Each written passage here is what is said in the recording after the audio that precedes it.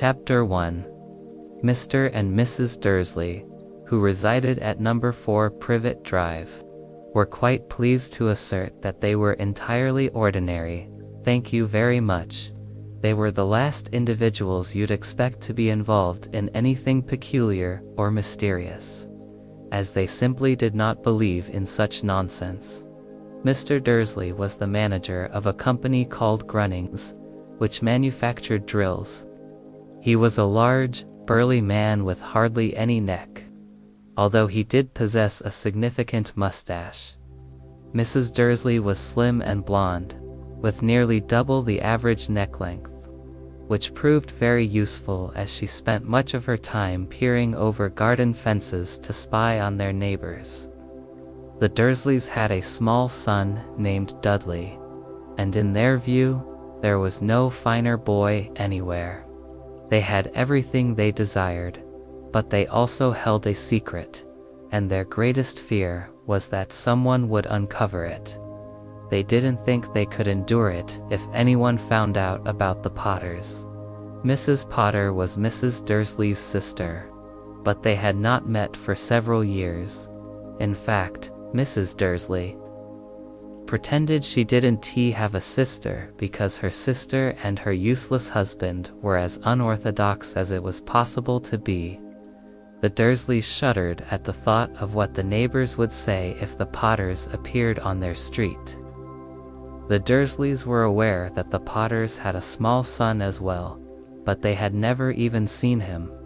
This boy was yet another good reason to keep the Potters away. They didn't want Dudley associating with a child like that. When Mr. and Mrs. Dursley awoke on the dull gray Tuesday where our story begins, there was nothing about the cloudy sky outside to suggest that strange and mysterious events would soon be occurring all over the country. Mr. Dursley hummed as he selected his most mundane tie for work, and Mrs. Dursley chattered cheerfully as she wrestled a screaming Dudley into his high chair. None of them noticed a large, tiny owl flutter past the window. At 8:30, Mr. Dursley picked up his briefcase, pecked Mrs. Dursley on the cheek, and tried to kiss Dudley goodbye but missed because Dudley was now throwing a tantrum and flinging his cereal at the walls. "Little tyke," chuckled Mr. Dursley as he left the house. He got into his car and backed out of number 4's driveway. It was at the corner of the street that he noticed the first sign of something unusual: a cat reading a map. For a moment, Mr. Dursley didn't realize what he had seen. Then he turned his head to look again. There was a tabby cat standing on the corner of Privet Drive, but there was no map in sight. What could he have been thinking? It must have been a trick of the light. Mr. Dursley blinked and stared at the cat, which stared back as he drove around the corner and up the road. He watched the cat in his mirror. It was now looking at the sign that read Privet Drive. Cats couldn't read maps or signs. Mr. Dursley shook his head and dismissed the cat from his mind as he drove toward town, thinking only of a large order of drills he hoped to secure that day. However, on the outskirts of town, drills were driven from his mind by something else. As he sat in the usual morning traffic jam, he couldn't help but notice that there seemed to be a lot of oddly dressed people about, people in cloaks. Mr. Dursley couldn't stand people who wore strange clothes. He assumed this was some ridiculous new fashion. He drummed his fingers on the steering wheel, and his eyes fell on a group of these peculiar individuals standing quite close by. They were whispering excitedly to one another. Mr. Dursley was furious to see that a couple of them weren't young at all. One man seemed older than he was and wore an emerald green cloak. The nerve. But then it struck Mr. Dursley that this was likely some silly stunt. These people were obviously collecting for something. Yes, that must be it. The traffic began to move again, and a few minutes later, Mr. Dursley arrived in the Grunnings parking lot, his mind returning to drills. Mr. Dursley always sat with his back to the window in his office on the 9th floor. If he hadn't, he might have found it harder to concentrate on drills that morning. He didn't see the owls swooping past in broad daylight, although people down in the street did. They pointed and gazed with their mouths agape as owl after owl sped overhead. Most of them had never seen an owl, even at night. Mr. Dursley, however, had a perfectly normal owl-free morning. He yelled at 5 different people, made several important phone calls, and shouted a bit more. He was in a very good mood until lunchtime, when he decided to stretch his legs and walk across the road to buy himself a bun from the bakery. He had forgotten all about the people in cloaks, until he passed a group of them next to the bakery. He glared at them angrily as he walked by. He didn't know why, but they made him uneasy. This group was whispering excitedly too, and he couldn't see a single collecting tin. It was on his way back past them, clutching a large donut in a bag, that he caught a few words of what they were saying. The Potters, that's right, that's what I heard. Yes, their son, Harry. Mr. Dursley stopped dead, fear coursing through him. He looked back at the whisperers as if he wanted to say something to them but thought better of it.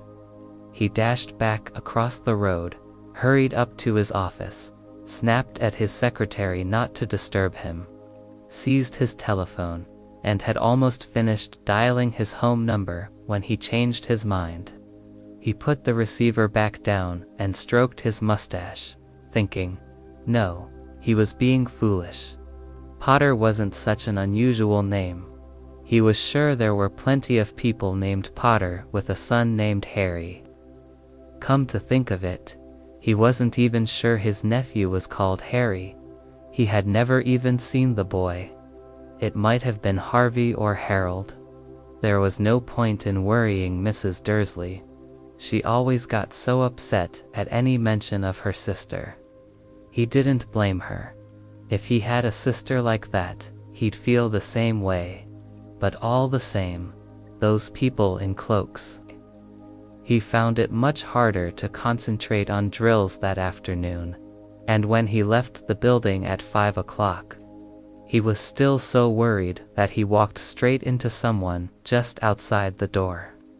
Sorry, he grunted as the tiny old man stumbled and almost fell. It was a few seconds before Mr. Dursley realized that the man was wearing a violet cloak. He didn't seem at all upset at being nearly knocked to the ground. On the contrary, his face broke into a wide smile as he said in a squeaky voice that made passersby stare, "Don't be sorry, my dear sir, for nothing could upset me today. Rejoice, for you know who has gone at last. Even muggles like yourself should be celebrating this happy, happy day." And the old man hugged Mr. Dursley around the middle and walked off. Mr. Dursley stood frozen to the spot. He had been embraced by a complete stranger. He also thought he had been called a muggle. Whatever that was, he was rattled. He hurried to his car and set off for home, hoping he was imagining things which he had never hoped for before, because he didn't approve of imagination. As he pulled into the driveway of number 4, the first thing he noticed, and it didn't improve his mood, was the tabby cat he had seen that morning. It was now sitting on his garden wall. He was certain it was the same one. It had the same markings around its eyes. "Show," said Mr. Dursley loudly. The cat didn't move. It just gave him a stern look. Was this normal cat behavior? Mr. Dursley wondered, trying to compose himself. He let himself into the house, still determined not to mention anything to his wife. Mrs. Dursley had had a nice, ordinary day. She told him over dinner all about the neighbor's problems with her daughter, and how Dudley had learned a new word, won't. Mr. Dursley tried to act normally. After Dudley had been put to bed, he went into the living room just in time to catch the last report on the evening news. And finally, birdwatchers everywhere have reported that the nation's owls have been behaving very unusually today. Although they typically hunt at night and are rarely seen during the day, there have been hundreds of sightings of these birds flying in every direction since sunrise. Experts are unable to explain why the owls have suddenly altered their sleeping patterns. The newscaster allowed himself a grin. Most mysterious? And now over to Jim McGuffin with the weather. Going to be any more showers of owls tonight, Jim? Well, Ted, said the weatherman, I don't know about that. But it's not only the owls that have been acting strangely today. Viewers from as far apart as Kent, Yorkshire, and Dundee have been phoning in to tell me that instead of the rain I promised yesterday, they've had a downpour of shooting stars. Perhaps people have been celebrating bonfire night early. It's not until next week, folks, but I can promise a wet night tonight.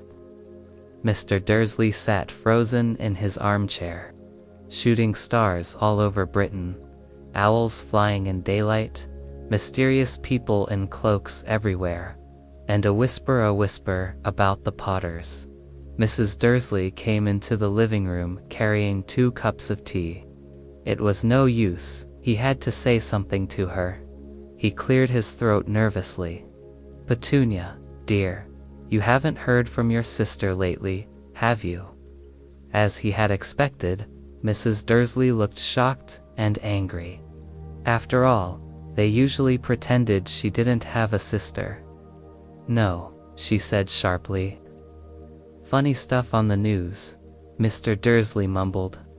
Owls shooting stars, and there were a lot of strange-looking people in town today. Strange-looking people, snapped Mrs. Dursley.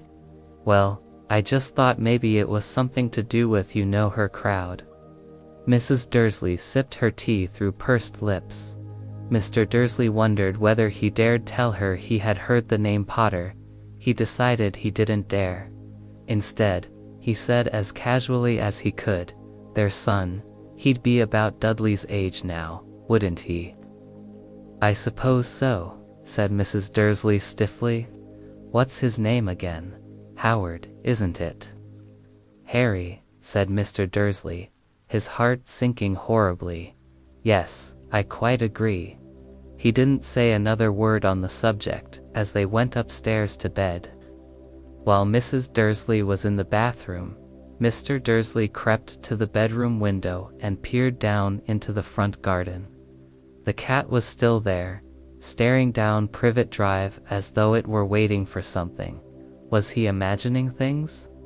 Could all this have anything to do with the Potters? If it did, if it got out that they were related to a pair of he didn't think he could bear it. The Dursleys got into bed. Mrs. Dursley fell asleep quickly, but Mr. Dursley lay awake, turning it all over in his mind. His last comforting thought before he drifted off to sleep was that even if the Potters were involved, there was no reason for them to come near him and Mrs. Dursley. The Potters knew very well what he and Petunia thought about them and their kind. He couldn't see how he and Petunia could get mixed up in anything that might be happening. He yawned and turned over. How very wrong he was. Mr. Dursley might have been drifting into an uneasy sleep, but the cat on the wall outside showed no signs of sleepiness.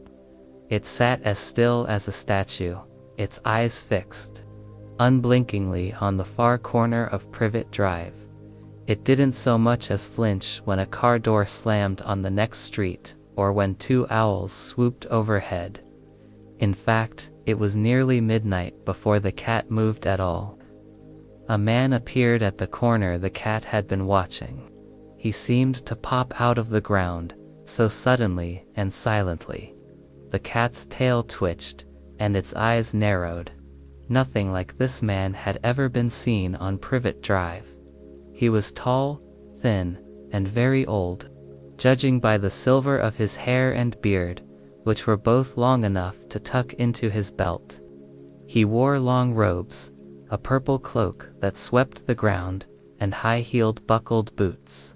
His blue eyes were bright and sparkling behind half-moon spectacles, and his nose was very long and crooked, as though it had been broken at least twice.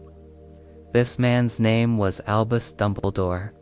Dumbledore didn't seem to realize that he had just arrived in a street where everything from his name to his boots was unwelcome. He was busy rummaging in his cloak, looking for something. But he did seem to realize he was being watched because he suddenly looked up at the cat, which was still staring at him from the other end of the street. For some reason, the sight of the cat seemed to amuse him. He chuckled and muttered, "I should have known." He found what he was looking for in his inside pocket. It seemed to be a silver cigarette lighter. He flicked it open, held it up in the air, and clicked it. A street lamp went out with a little pop. He clicked it again. The next lamp flickered into darkness. 12 times he clicked the put-outer, until the only lights left on the whole street were 2 tiny pinpricks in the distance, which were the eyes of the cat watching him. If anyone looked out of their window now, even old Mrs. Dursley, they wouldn't be able to see anything happening on the pavement. Dumbledore slipped the put-outer back inside his cloak and set off down the street toward number 4, where he sat down on the wall next to the cat. He didn't look at it, but after a moment, he spoke to it. "Fancy seeing you here, Professor McGonagall." He turned to smile at the tabby, but it had vanished. Instead, he was smiling at a rather severe-looking woman, who wore square glasses exactly the shape of the markings the cat had had around its eyes. She too was wearing a cloak, an emerald one. Her black hair was drawn into a tight bun, and she looked distinctly ruffled. "How did you know it was me?" she asked. "My dear Professor, I've never seen a cat sit so stiffly." "You'd be stiff if you'd been sitting on a brick wall all day," said Professor McGonagall. "All day when you could have been celebrating." This was likely just a foolish stunt. These individuals were clearly gathering for something. Yes, that must be it. The traffic resumed, and a few minutes later, Mr. Dursley arrived in the Grunnings parking lot. His thoughts returning to drills. Mr. Dursley always faced away from the window in his office on the 9th floor. If he hadn't, he might have found it more difficult to focus on drills that morning. He didn't notice the owls flying past in broad daylight, although people down on the street did. They pointed and stared in astonishment as owl after owl soared overhead. Most of them had never seen an owl, even at night. Mr. Dursley, however, had a perfectly ordinary owl-free morning. He shouted at 5 different employees, made several important phone calls, and raised his voice a bit more. He was in a very good mood until lunchtime, when he decided to stretch his legs and walk across the street to buy a pastry from the bakery. He had completely forgotten about the people in cloaks, until he passed a group of them next to the bakery. He glared at them as he walked by, feeling uneasy for some reason. This group was whispering excitedly, and he couldn't see a single collection tin. On his way back, clutching a large donut in a bag, he overheard a few words of their conversation. "The Potters, that's right, I heard it too. Yes, their son Harry." Mr. Dursley froze, fear flooding through him. He glanced back at the whisperers, wanting to say something, but thought better of it. He dashed back across the road, hurried to his office, snapped at his secretary not to disturb him, picked up the phone. and was almost finished dialing his home number when he changed his mind. He put the receiver down and stroked his mustache, thinking it was foolish. Potter wasn't such an uncommon name. He was sure there were many people named Potter with a son named Harry. In fact, he wasn't even certain his nephew was named Harry. He had never seen the boy. It could have been Harvey or Harold. There was no point in worrying Mrs. Dursley. She always became upset at any mention of her sister. He didn't blame her. If he had a sister like that, he would feel the same way. Still, those people in cloaks made it much harder for him to concentrate on drills that afternoon. When he left the building at 5 o'clock, he was still so anxious that he walked right into someone just outside the door. "Sorry," he grunted as the tiny old man stumbled and nearly fell. It took Mr. Dursley a few seconds to realize that the man was wearing a violet cloak. He didn't seem at all bothered by being nearly knocked over. On the contrary, his face broke into a wide smile as he said in a squeaky voice that made passers-by stare, "Don't be sorry, my dear sir, for nothing could upset me today. Rejoice, for you-know-who has finally gone. Even muggles like yourself should be celebrating this happy, happy day." The old man hugged Mr. Dursley around the waist and walked away. Mr. Dursley stood frozen in place. He had just been embraced by a complete stranger. He also thought he had been called a muggle, whatever that meant. He felt rattled as he hurried to his car and drove home, hoping he was imagining things, which he had never wished for before, because he didn't approve of imagination. As he pulled into the driveway of number 4, the first thing he saw, which didn't improve his mood, was the tabby cat he had noticed that morning. It was now sitting on his garden wall. He was certain it was the same one. It had the same markings around its eyes. "Show," said Mr. Dursley loudly. The cat didn't move. It just gave him a stern look. Was this typical cat behavior? Mr. Dursley wondered, trying to regain his composure. He let himself into the house, still determined not to mention anything to his wife. Mrs. Dursley had had a perfectly ordinary day. She told him over dinner all about the neighbor's problems with her daughter, and how Dudley had learned a new word, 1T. Mr. Dursley tried to act normally, after Dudley had been put to bed. He went into the living room just in time to catch the last report on the evening news. And finally, birdwatchers everywhere have reported that the nation's owls have been behaving very unusually today, although they normally hunt at night and are rarely seen during the day. There have been hundreds of sightings of these birds flying in every direction since sunrise. Experts are unable to explain why the owls have suddenly changed their sleeping patterns. The newscaster allowed himself a grin. Most mysterious. And now over to Jim McGuffin with the weather. "Will there be any more showers of owls tonight, Jim?" "Well, Ted," said the weatherman, "I don't know about that. But it's not only the owls that have been acting strangely today. Viewers from as far away as Kent, Yorkshire, and Dundee have been calling in to report that instead of the rain I promised yesterday, they've had a downpour of shooting stars. Perhaps people have been celebrating bonfire night early.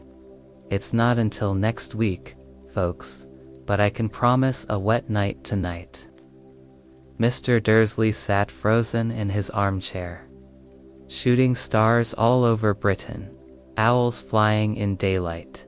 Mysterious people in cloaks everywhere.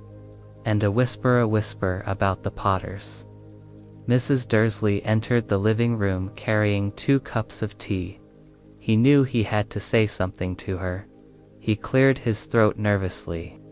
"Petunia, dear, you haven't heard from your sister lately, have you?" As he had expected, Mrs. Dursley looked shocked and angry. After all, they usually pretended she didn't have a sister. She didn't have a sister. No, she replied sharply. Funny stuff on the news, Mr. Dursley mumbled. Owls, shooting stars, and there were a lot of funny-looking people in town today. Well, I just thought maybe it was something to do with her crowd, snapped Mrs. Dursley. Mr. Dursley wondered whether he dared to tell her he had heard the name Potter. He decided he didn't dare. Instead, he said as casually as he could, "Their son, he'd be about Dudley's age now, wouldn't he?" "I suppose so," said Mrs. Dursley stiffly. "What's his name again?" "Howard, isn't it, Harry?" Mr. Dursley said, his heart sinking horribly. "Yes, I quite agree. It's a rather common name, if you ask me." "Oh yes," Mr. Dursley replied, feeling miserable. "I completely agree." He didn't say another word on the subject as they went upstairs to bed. While Mrs. Dursley was in the bathroom, Mr. Dursley crept to the bedroom window and peered down into the front garden. The cat was still there, staring down Privet Drive as though it were waiting for something. Was he imagining things? Could all this have anything to do with the Potters? If it did, if it got out that they were related to a pair of, well, he didn't think he could bear it. The Dursleys got into bed. Mrs. Dursley fell asleep quickly, but Mr. Dursley lay awake, turning it all over in his mind.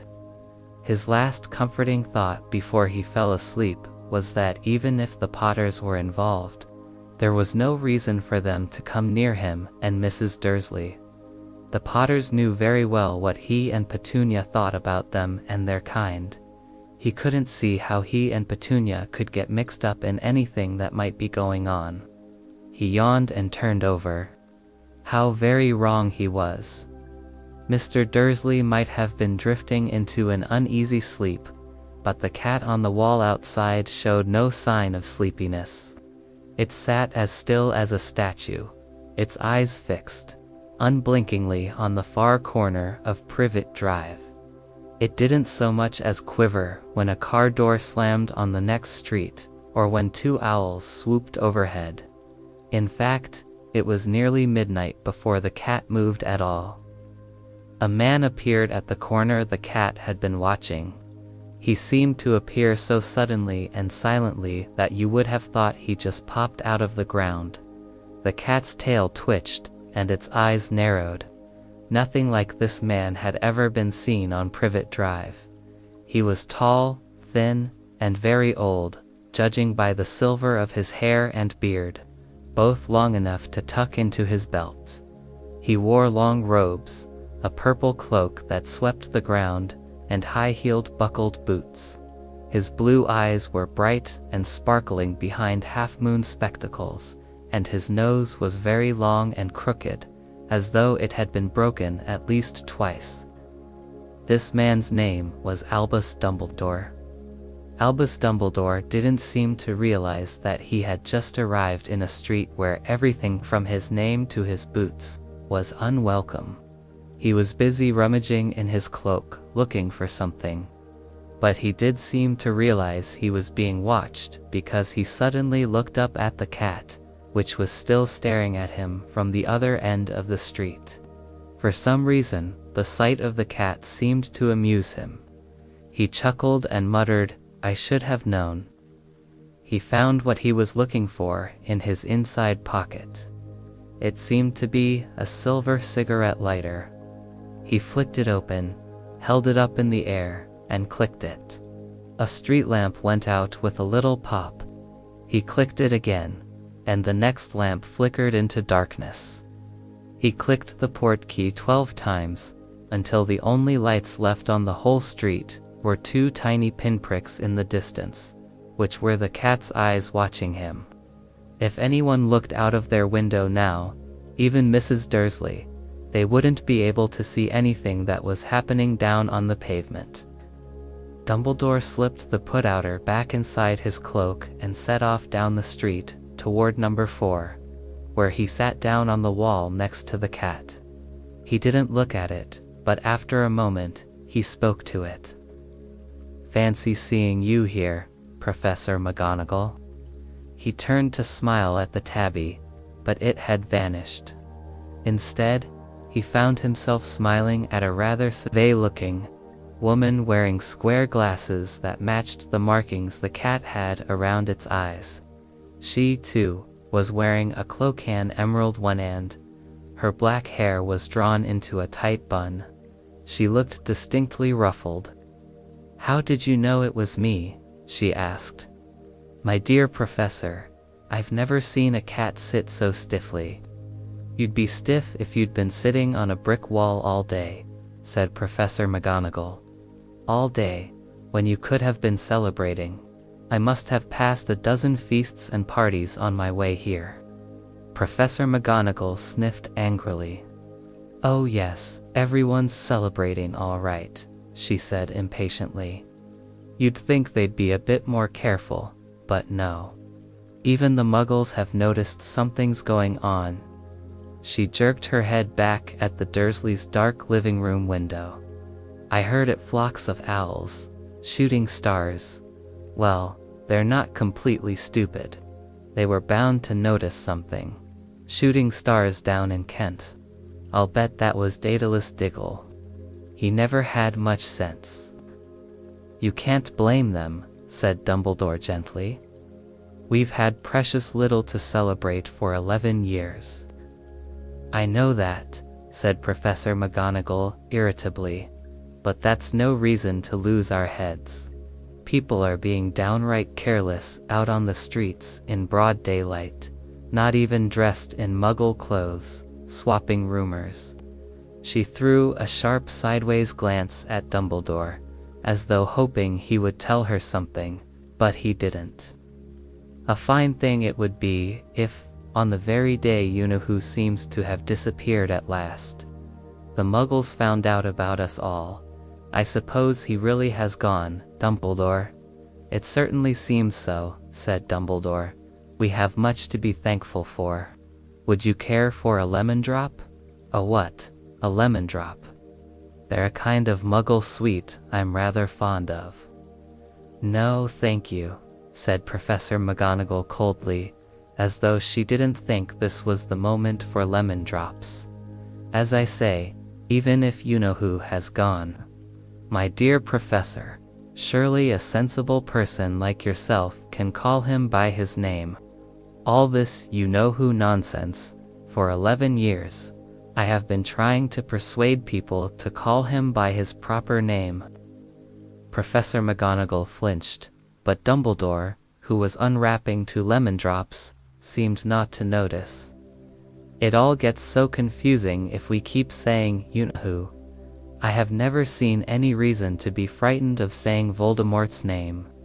"I know you haven't," said Professor McGonagall, sounding half exasperated, half admiring.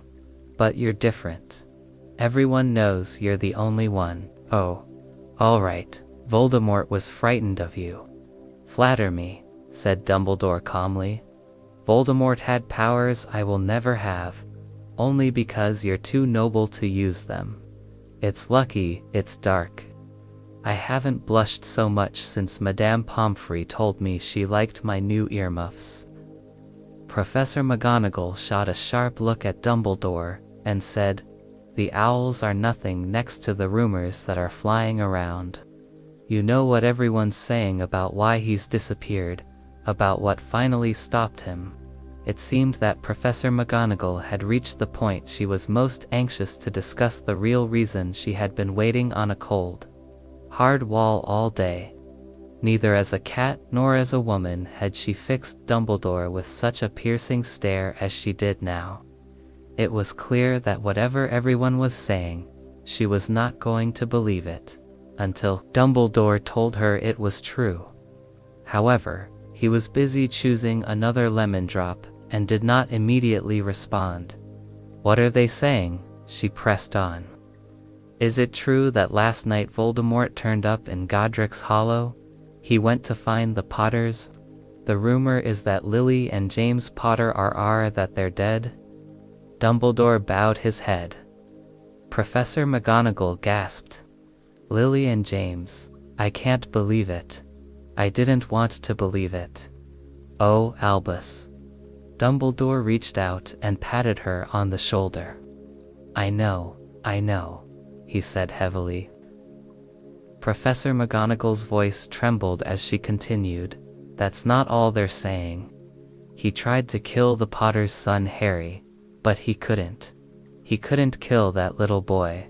No one knows why or how, but they're saying that when he couldn't kill Harry Potter, Voldemort's power somehow broke, and that's why he's gone. Dumbledore nodded glumly. It's true, he faltered. After all he's done, all the people he's killed, he couldn't kill a little boy. It's just astounding. Of all the things to stop him, but how in the name of heaven did Harry survive? We can only guess, said Dumbledore. We may never know. Professor McGonagall pulled out a lace handkerchief and dabbed at her eyes beneath her spectacles. Dumbledore gave a great sniff as he took a golden watch from his pocket and examined it. It was a very odd watch.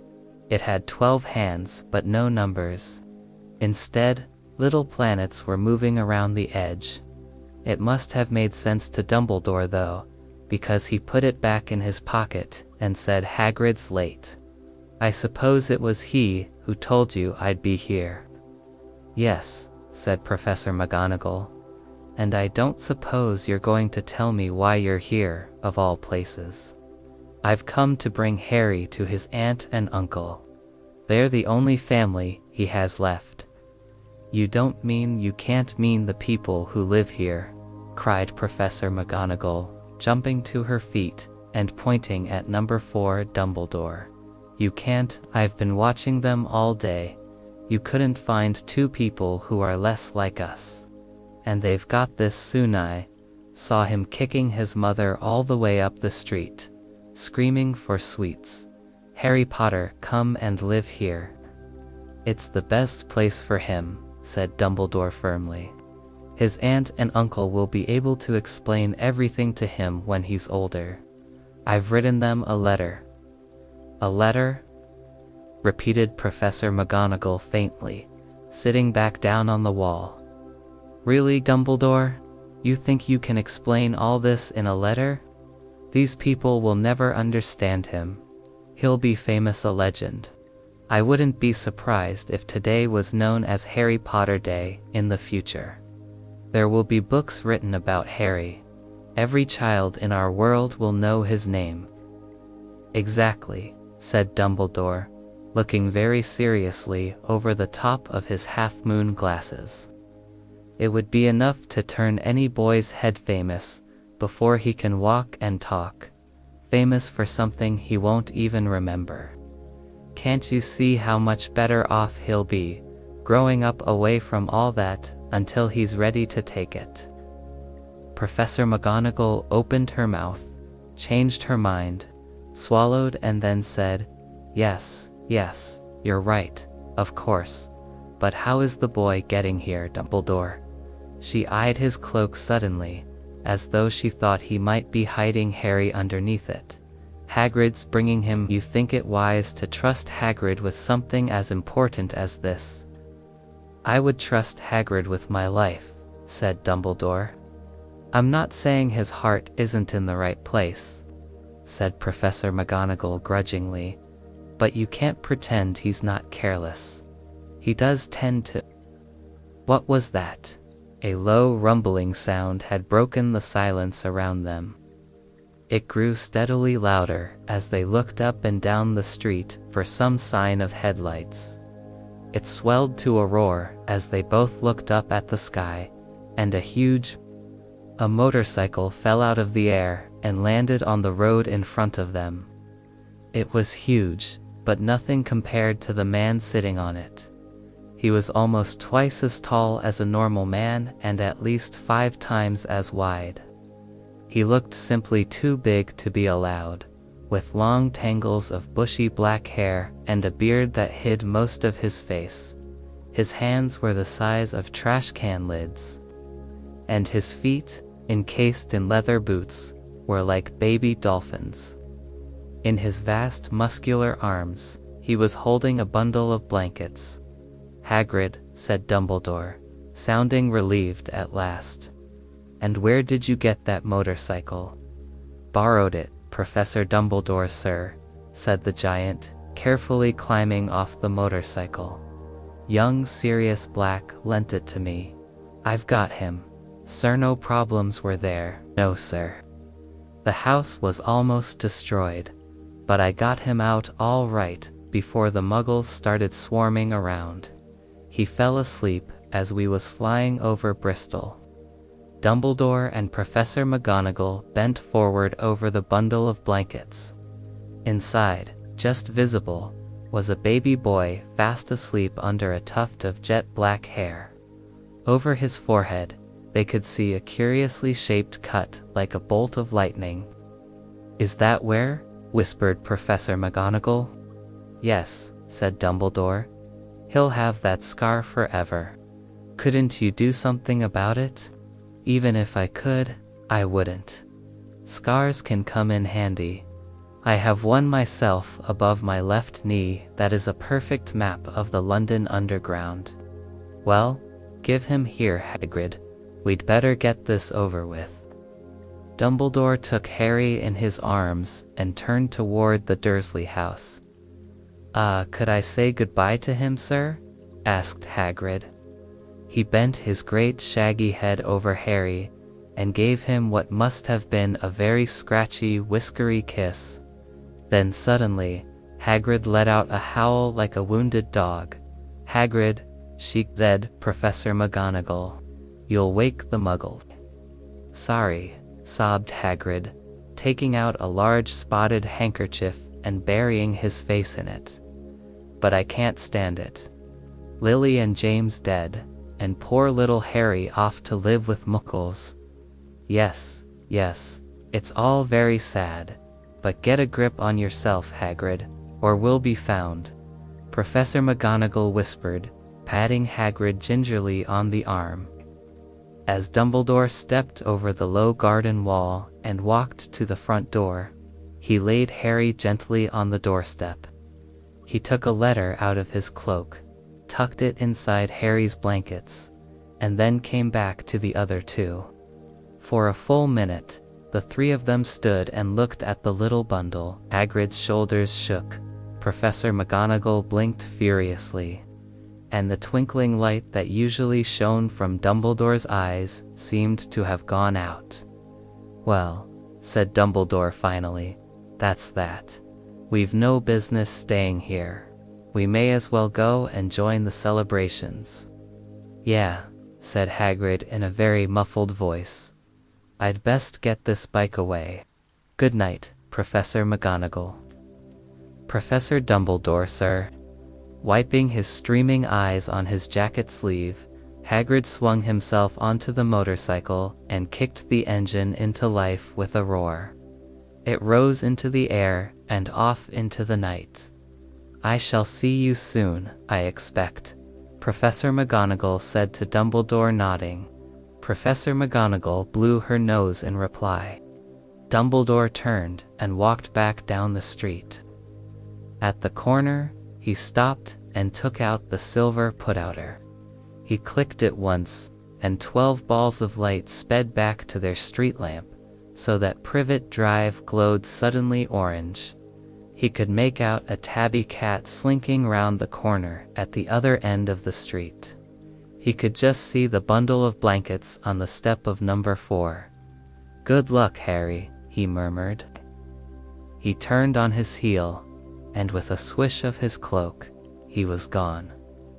A breeze ruffled the neat hedges of Privet Drive, which lay silent and tidy under the inky sky, the very last place anyone would expect to find magic. Oh, you would expect astonishing things to happen. Harry Potter rolled over inside his blankets without waking up. One small hand closed on the letter beside him, and he slept on, not knowing he was special, not knowing he was famous, and not knowing he would be woken in a few hours by Mrs. Dursley's scream as she opened the front door to put out the milk bottles. He couldn't know that he would spend the next few weeks being prodded and pinched by his cousin Dudley. At this very moment, people meeting in secret all over the country were raising their glasses and saying in hushed voices, "To Harry Potter, the boy who lived." The vanishing glass. Nearly 10 years had passed since the Dursleys had woken up to find their nephew on the front step, but Privet Drive had hardly changed at all. The sun rose over the tidy front gardens and lit up the brass number 4 on the Dursley front door. It crept into their living room, which was almost exactly the same as it had been on the night when Mr. Dursley had seen that fateful news report about the owls. Only the photographs on the mantelpiece really showed how much time had passed. 10 years ago, there had been lots of pictures of what looked like a large pink beach ball wearing different colored bonnets. But Dudley Dursley was no longer a baby. Now the photographs showed a large blond boy riding his first bicycle on a carousel at the fair, playing a computer game with his father, and being hugged and kissed by his mother.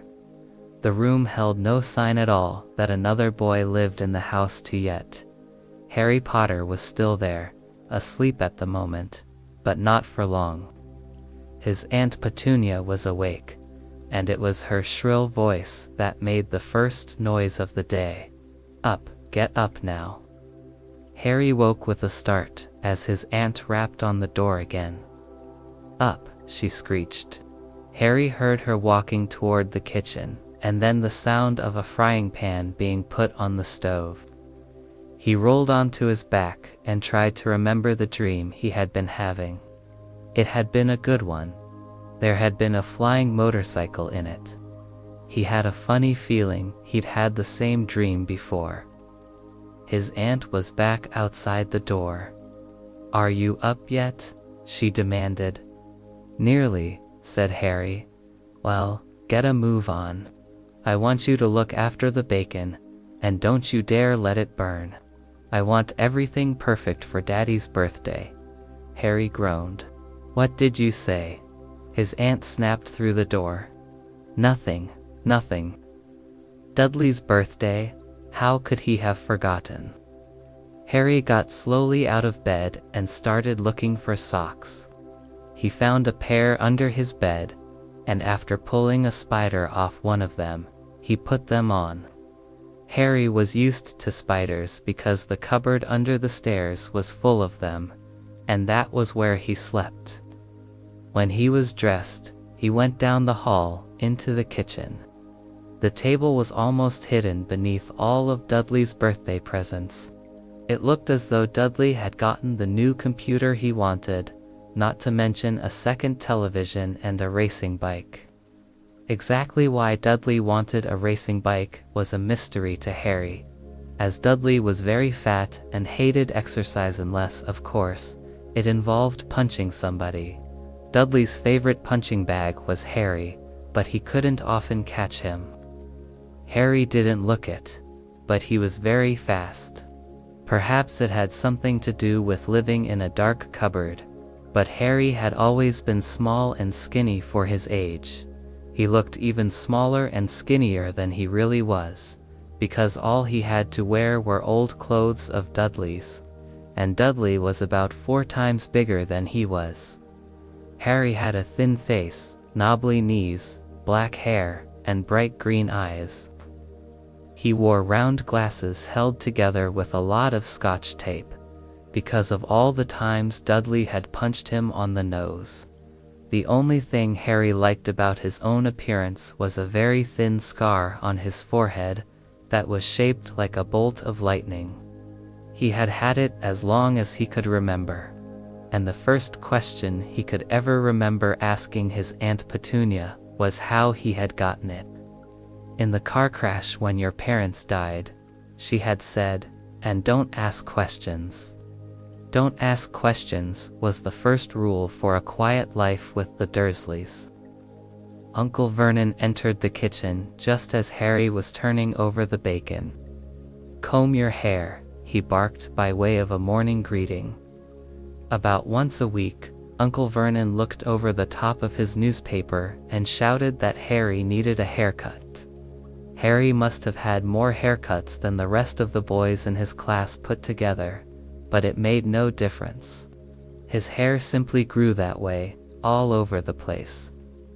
Harry was frying eggs by the time Dudley arrived in the kitchen with his mother. Dudley looked a lot like Uncle Vernon. He had a large pink face, not much neck, small watery blue eyes, and thick blonde hair that lay smoothly on his thick, fat head. Aunt Petunia often said that Dudley looked like a baby angel. Harry often said that Dudley looked like a pig in a wig. Harry put the plates of eggs and bacon on the table, which was difficult as there wasn't much room.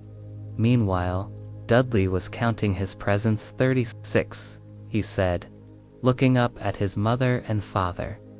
"That's 2 less than last year. Darling, you haven't counted Auntie Marge's presents. See, it's here under this big one, from Mommy and Daddy." "All right. 37 then," said Dudley, going red in the face. Harry, who could see a huge Dudley tantrum coming on, began wolfing down his bacon as fast as possible, in case Dudley turned the table over. Aunt Petunia obviously sensed danger too, because she said quickly, "And we'll buy you another 2 presents while we're out today. How's that, Popkin? 2 more presents. Is that all right?" Dudley thought for a moment. It looked like hard work. Finally, he said slowly, "So I'll have 30-30-9, sweetums," said Aunt Petunia. Dudley sat down heavily and grabbed the nearest parcel. "All right then," Uncle Vernon chuckled. "Little Tyke wants his money's worth, just like his father. Attaboy, Dudley." He ruffled Dudley's hair. At that moment, the telephone rang, and Aunt Petunia went to answer it, while Harry and Uncle Vernon watched Dudley unwrap a racing bike, a video camera, a remote control airplane, 16 new computer games, and a VCR.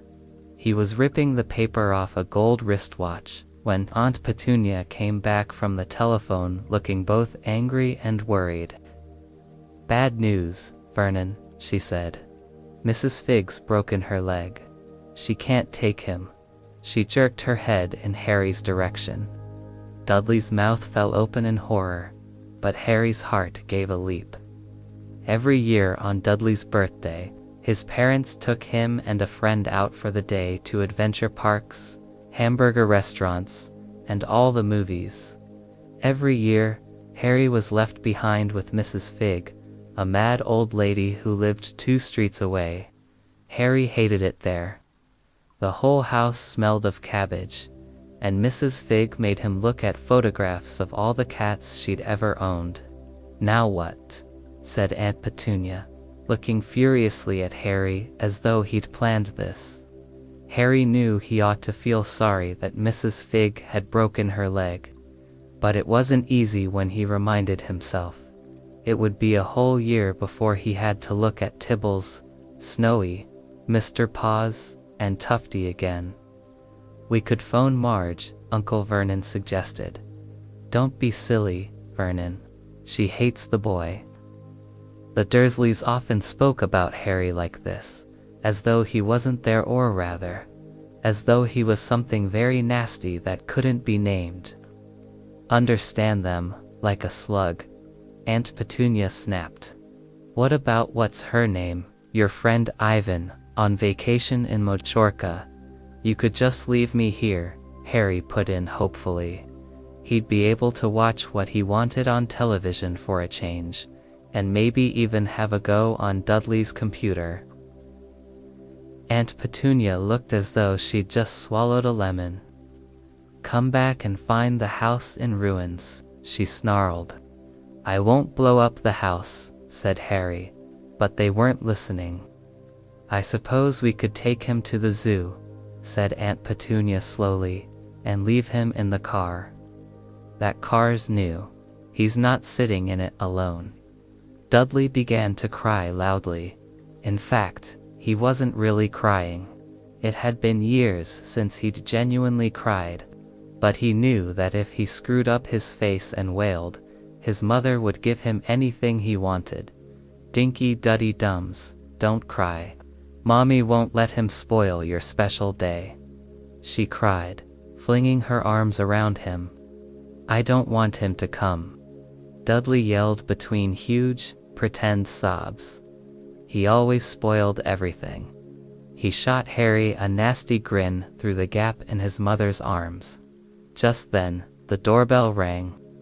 "Oh, good Lord, they're here," said Aunt Petunia frantically. A moment later, Dudley's best friend, Piers Polkus, walked in with his mother. Piers was a scrawny boy with a face like a rat. He was usually the one who held people's arms behind their backs, while Dudley hit them. Dudley stopped pretending to cry at once.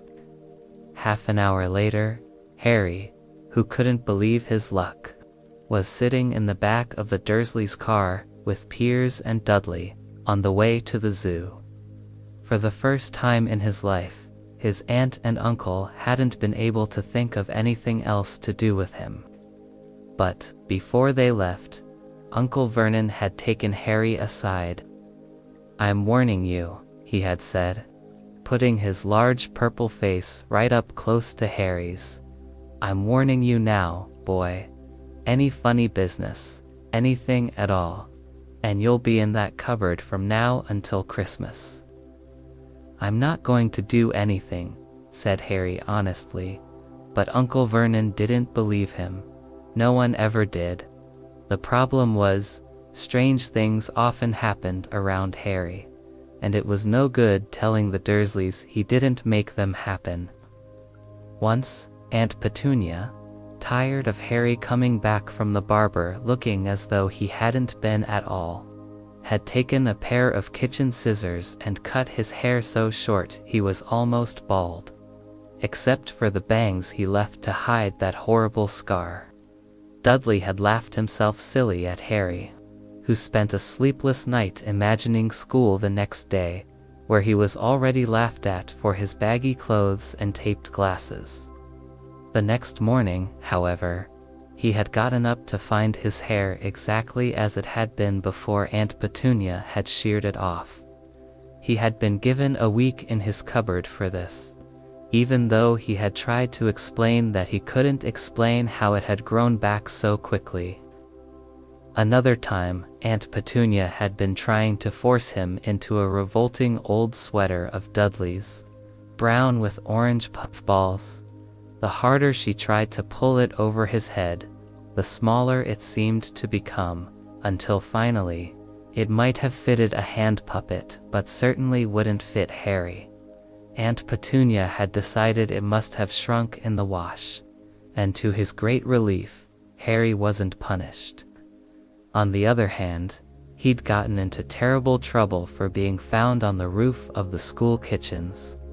Dudley's gang had been chasing him as usual when, as much to Harry's surprise as anyone else's, there he was, sitting on the chimney.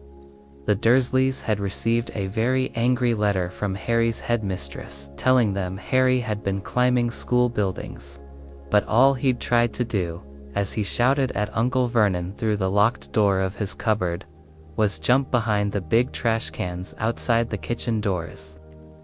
Harry supposed that the wind must have caught him in mid-jump, but today nothing was going to go wrong. It was even worth being with Dudley and Piers to spend the day somewhere that wasn't school. His cupboard, or Mrs. Figg's cabbage-smelling living room. As they drove, Uncle Vernon complained to Aunt Petunia.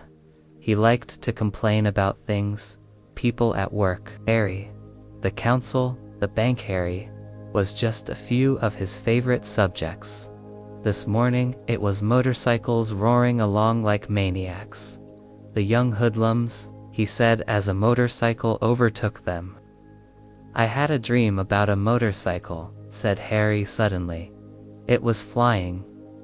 Uncle Vernon nearly crashed into the car in front. He turned around in his seat and yelled at Harry, his face like a gigantic beet with a mustache. Motorcycles don't fly. Dudley and Piers sniggered. I know they don't, said Harry. It was only a dream, but he wished he hadn't said anything. If there was one thing the Dursleys hated even more than his asking questions, it was his talking about anything acting in a way it shouldn't, no matter if it was in a dream or even a cartoon. They seemed to think he might get dangerous ideas. It was a very sunny Saturday, and the zoo was crowded with families.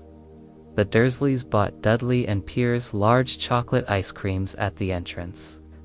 And then, because the smiling lady in the van had asked Harry what he wanted before they could hurry him away, they bought him a cheap lemon ice pop. It wasn't bad either, Harry thought, licking it as they watched a gorilla scratching its head, which looked remarkably like Dudley except that it wasn't blonde. Harry had the best morning he'd had in a long time. He was careful to walk a little way apart from the Dursleys, so that Dudley and Piers, who were starting to get bored with the animals by lunchtime, wouldn't fall back on their favorite hobby of hitting him. They ate in the zoo restaurant, and when Dudley had a tantrum because his ice cream didn't have enough on top, Uncle Vernon bought him another one, and Harry was allowed to finish the first. Afterward, Harry felt that he should have known it was all too good to last.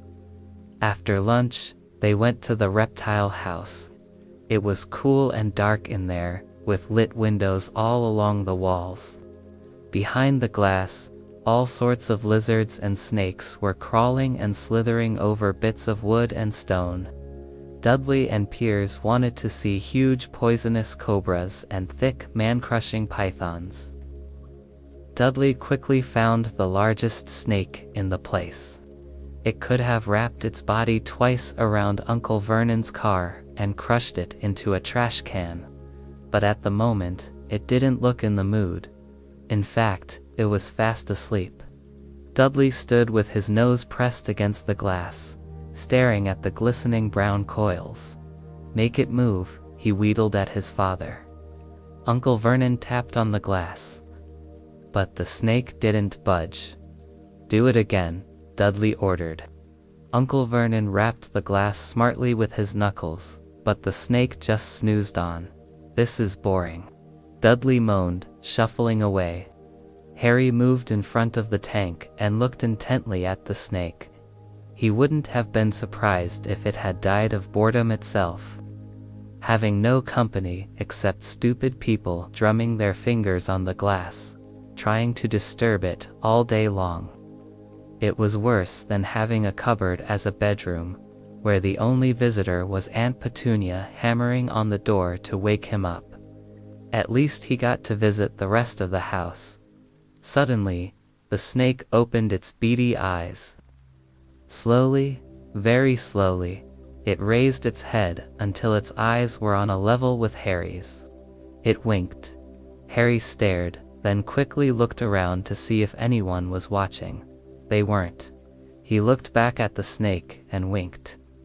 The snake jerked its head toward Uncle Vernon and Dudley, then raised its eyes to the ceiling, giving Harry a look that clearly said, "I get that all the time."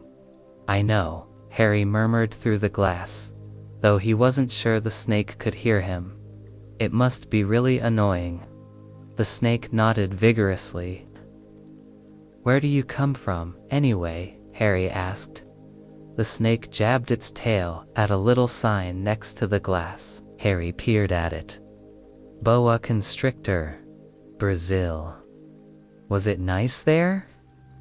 The boa constrictor jabbed its tail at the sign again, and Harry read on. This specimen was bred in the zoo. Oh, I see. So you've never been to Brazil? The snake shook its head, just as a deafening shout behind Harry made both of them jump. Dudley, Mr. Dursley, come and look at this snake. You won't believe what it's doing. Dudley came waddling toward them as fast as he could. Out of the way, he said, punching Harry in the ribs. Caught by surprise, Harry fell hard on the concrete floor. What came next happened so fast that no one saw how it happened. 1 second, Piers and Dudley were leaning right up close to the glass. The next, they had leaped back with howls of horror. Harry sat up and gasped. The glass front of the boa constrictor tank had vanished. The great snake was uncoiling itself rapidly, slithering out onto the floor. People throughout the reptile house screamed and started running for the exits. As the snake slid swiftly past him, Harry could have sworn he heard a low hissing voice say, "Brazil, here I come." "Thanks, amigo." The keeper of the reptile house was in shock. "But the glass," he kept saying. "Where did the glass go?" The zoo director himself made Aunt Petunia a cup of strong sweet tea, while he apologized over and over again. Piers and Dudley could only gibber. As far as Harry could see, the snake hadn't done anything except snap playfully at their heels as it passed. But by the time they were all back in Uncle Vernon's car, Dudley was telling them how it had nearly bitten off his leg, while Piers swore it had tried to squeeze him to death. But worst of all, for Harry, at least, was Piers calming down enough to say, "Harry was talking to it, weren't you, Harry?" Uncle Vernon waited until Piers was safely out of the house before starting on Harry. He was so angry he could hardly speak. He managed to say, "Go to your cupboard. Stay there, no meals," before collapsing into a chair, and Aunt Petunia had to run and get him a large brandy. Harry lay in his dark cupboard much later, wishing he had a watch. He didn't know what time it was, and he couldn't be sure the Dursleys were asleep yet. Until they were, he couldn't risk sneaking to the kitchen for some food. He had lived with the Dursleys for almost 10 years, 10 miserable years, as long as he could remember. Ever since he'd been a baby, and his parents had died in that car crash, he couldn't remember being in the car when his parents had died. Sometimes, when he strained to remember during long hours in his cupboard, he came up with a strange vision. A blinding flash of green light and a burning pain on his forehead. This, he supposed, was the crash, though he couldn't imagine where all the green light came from.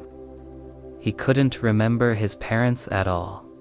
His aunt and uncle never spoke about them, and of course, he was forbidden to ask questions.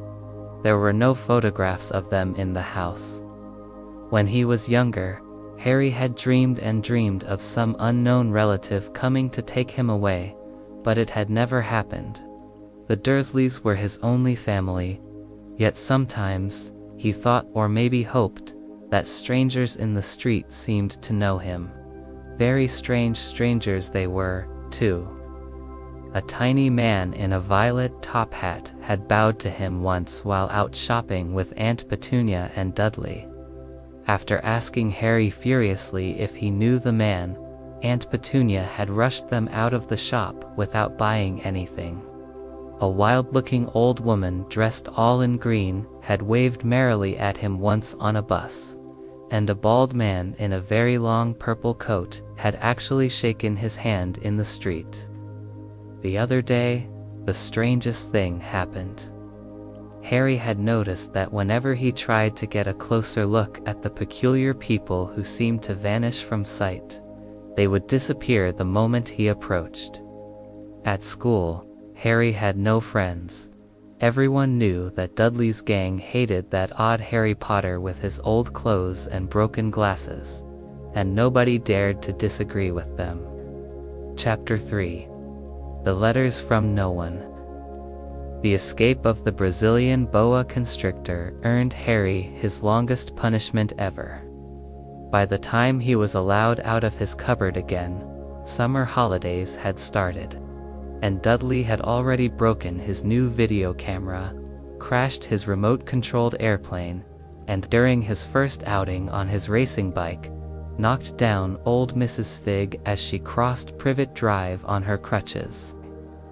Harry was glad school was over, but there was no escaping Dudley's gang, who visited the house every single day.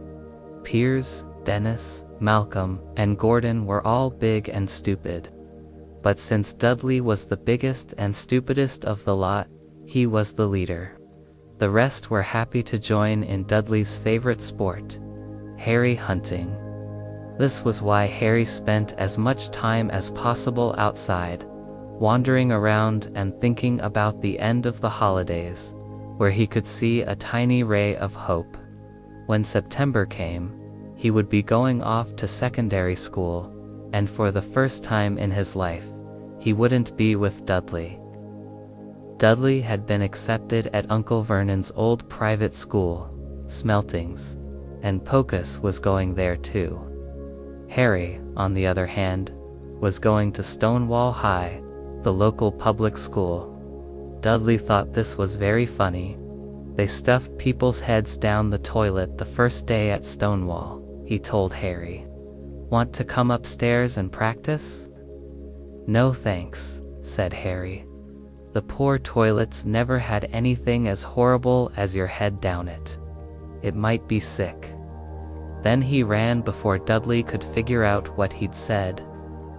One day in July, Aunt Petunia took Dudley to London to buy his Smeltings uniform, leaving Harry with Mrs. Fig. Mrs. Fig wasn't as bad as usual. It turned out she had broken her leg tripping over one of her cats and didn't seem quite as fond of them as before. She let Harry watch television and gave him a bit of chocolate cake that tasted as though it had been around for several years. That evening, Dudley paraded around the living room in his brand new uniform. Smeltings boys wore maroon tailcoats, orange knickerbockers, and flat straw hats called boater hats. They also carried Nobly sticks used for hitting each other, while the teachers weren't looking. This was supposedly good training for later life. As he looked at Dudley in his new knickers, Uncle Vernon said gruffly that it was the proudest moment of his life. Aunt Petunia burst into tears, saying she couldn't believe it was her little Dudley. He looked so handsome and grown up. Harry didn't trust himself to speak. He thought 2 of his ribs might have already cracked from trying not to laugh. The next morning, there was a horrible smell in the kitchen when Harry went in for breakfast. It seemed to be coming from a large metal tub in the sink. He went to have a look. The tub was full of what looked like dirty rags swimming in gray water. "What's this?" he asked Aunt Petunia. Her lips tightened, as they always did if he dared to ask a question. "Your new school uniform," she said. Harry looked in the bowl again. "Oh," he said. "I didn't realize it had to be so wet." "Don't be stupid," snapped Aunt Petunia. "I'm dyeing some of Dudley's old things gray for you. It'll look just like everyone else's when I'm finished." Harry seriously doubted this, but thought it best not to argue. He sat down at the table and tried not to think about how he was going to look on his first day at Stonewall High, like he was wearing bits of old elephant skin. Probably Dudley and Uncle Vernon came in, both wrinkling their noses because of the smell from Harry's new uniform. Uncle Vernon opened his newspaper as usual, and Dudley banged his Smeltings stick, which he carried everywhere, on the table. They heard the click of the mail slot and the flop of letters on the doormat. "Get the mail," Dudley said. Uncle Vernon, from behind his paper, replied, "Make Harry get it. Make Dudley get it. poke him with your smelting stick." Harry dodged the smelting stick and went to get the mail. 3 things lay on the doormat. A postcard from Uncle Vernon's sister Marge, who was vacationing on the Isle of Wight, a brown envelope that looked like a bill, and a letter for Harry. Harry picked it up and stared at it, his heart twanging like a giant elastic band. No one had ever written to him in his whole life. Who would?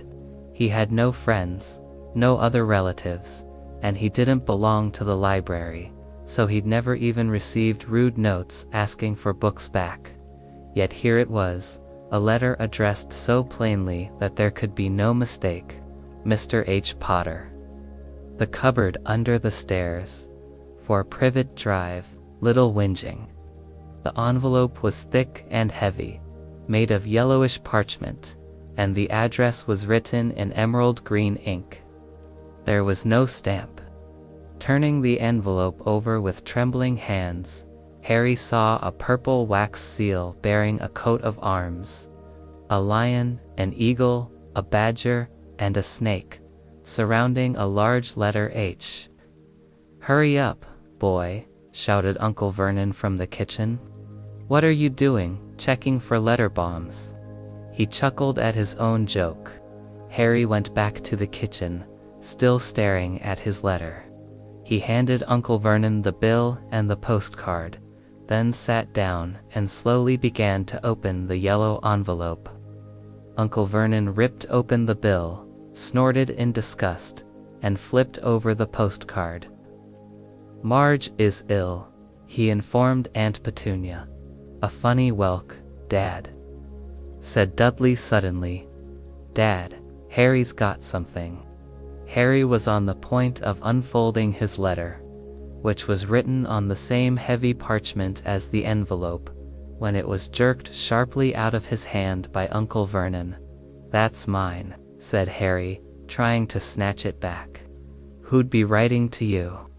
sneered Uncle Vernon, shaking the letter open with one hand and glancing at it. His face went from red to green faster than a set of traffic lights, and it didn't stop there. Within seconds, it was the grayish-white of old porridge. "Petunia," he gasped. Dudley tried to grab the letter to read it, but Uncle Vernon held it high out of his reach. Aunt Petunia took it curiously and read the first line. For a moment, it looked as though she might faint. She clutched her throat and made a choking noise. "Vernon, oh my goodness, Vernon." They stared at each other, seeming to have forgotten that Harry and Dudley were still in the room. Dudley, not used to being ignored, gave his father a sharp tap on the head with his smelting stick. "I want to read that letter," he said loudly. "I want to read it," shouted Harry furiously. "It's mine." "Get out, both of you," roared Uncle Vernon, stuffing the letter back inside its envelope. Harry didn't move. "I want my letter," he shouted. "Let me see it," demanded Dudley. "Out," roared Uncle Vernon again. And he took both Harry and Dudley by the scruffs of their necks and threw them into the hall, slamming the kitchen door behind them. Harry and Dudley promptly had a furious but silent fight over who would listen at the keyhole. Dudley won, so Harry, his glasses dangling from one ear, lay flat on his stomach to listen at the crack between the door and the floor. "Vernon," Aunt Petunia was saying in a quivering voice, "look at the address. How could they possibly know where he sleeps? You don't think they're watching the house, watching, spying, might be following us?" Uncle Vernon paced up and down the kitchen in his shiny black shoes. "No," he said finally.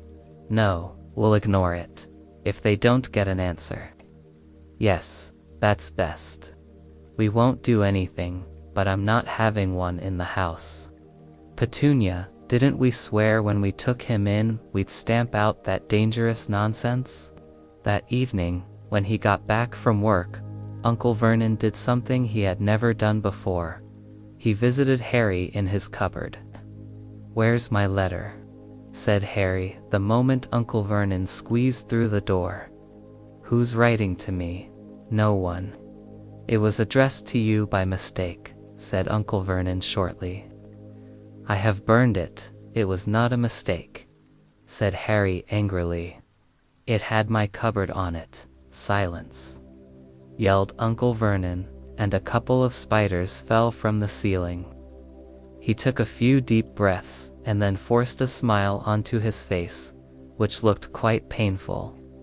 "Ah, yes, Harry, about this cupboard. Your aunt and I have been thinking. You're really getting a bit big for it. We think it might be nice if you moved into Dudley's second bedroom." "Why?" said Harry. "Don't ask questions," snapped his uncle. "Take this stuff upstairs now." The Dursley house had 4 bedrooms. One for Uncle Vernon and Aunt Petunia. One for visitors, usually Uncle Vernon's sister Marge. One where Dudley slept. And one where Dudley kept all the toys and things that wouldn't fit into his first bedroom. It only took Harry one trip upstairs to move everything he owned from the cupboard to this room. He sat down on the bed and stared around him. Nearly everything in here was broken. The menthol video camera lay on top of a small working tank that Dudley had once driven over the next-door neighbor's dog. In the corner was Dudley's first ever television set, which he had put his foot through when his favorite program had been cancelled.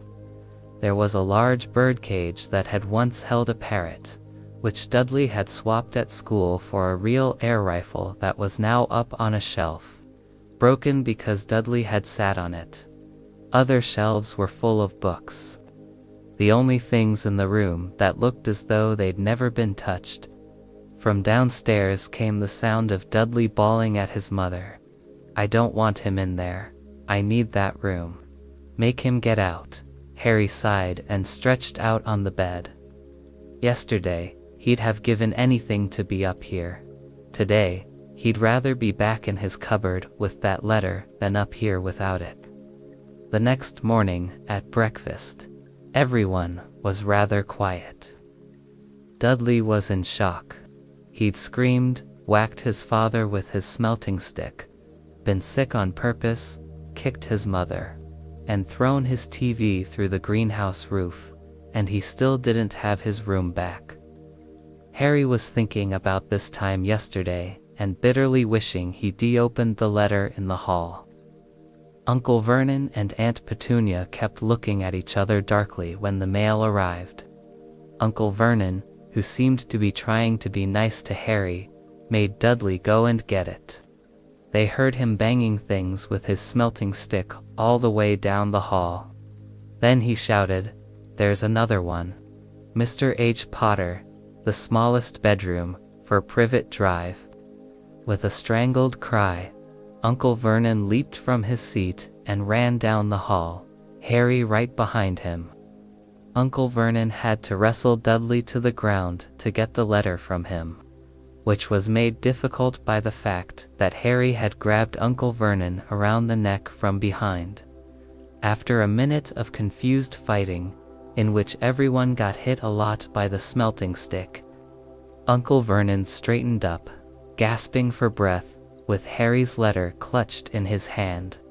"Go to your cupboard, I mean, your bedroom," he wheezed at Harry. "Dudley, go, just go." Harry walked around and around his new room. Someone knew he had moved out of his cupboard, and they seemed to know he hadn't received his first letter. They didn't fail. He had a plan. The repaired alarm clock rang at 6 o'clock the next morning. Harry turned it off quickly and dressed silently. He mustn't wake the Dursleys. He stole downstairs without turning on any of the lights. He was going to wait for the postman on the corner of Privet Drive and get the letters for number 4 first.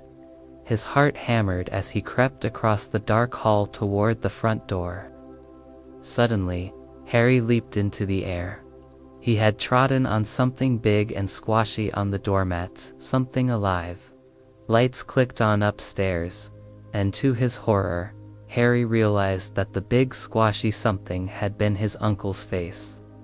Uncle Vernon had been lying at the foot of the front door in a sleeping bag, clearly making sure that Harry didn't do exactly what he had been trying to do. He shouted at Harry for about half an hour and then told him to go and make a cup of tea. Harry shuffled miserably off into the kitchen, and by the time he got back, the mail had arrived right into Uncle Vernon's lap.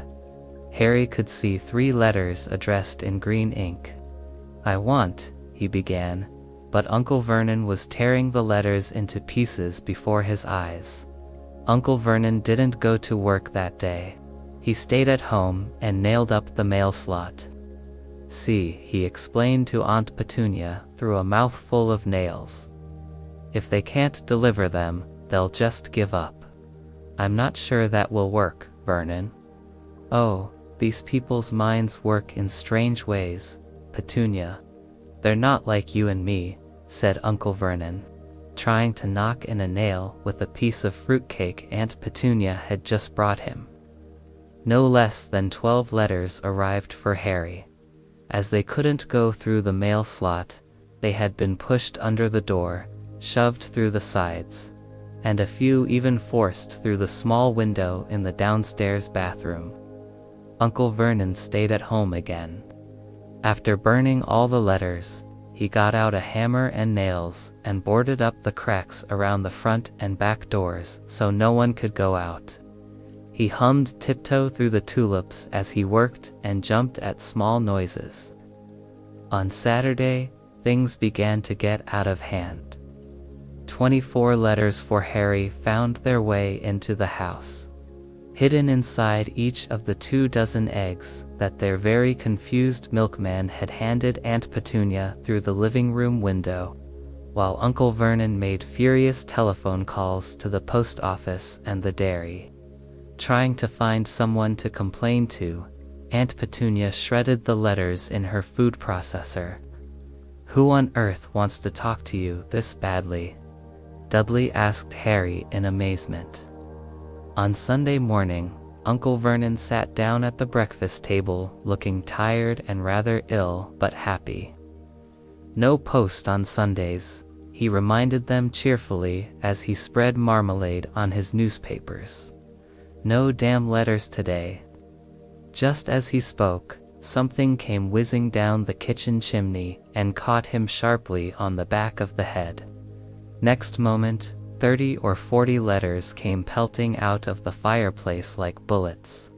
The Dursleys ducked, but Harry leaped into the air, trying to catch one. Uncle Vernon seized Harry around the waist and threw him into the hall when Aunt Petunia and Dudley ran out with their arms over their faces. Uncle Vernon slammed the door shut.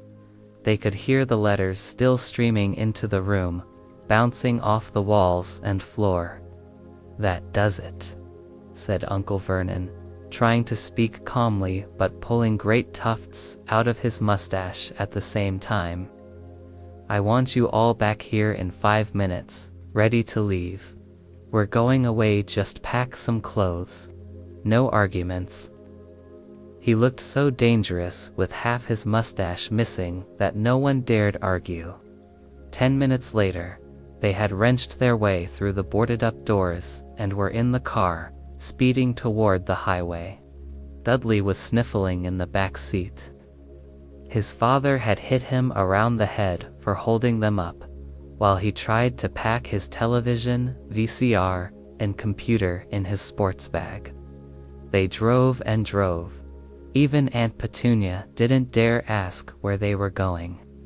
Every now and then, Uncle Vernon would take a sharp turn and drive in the opposite direction for a while, muttering, "Shake him off, shake him off." They didn't stop to eat or drink all day. By nightfall, Dudley was howling. He had never had such a bad day in his life.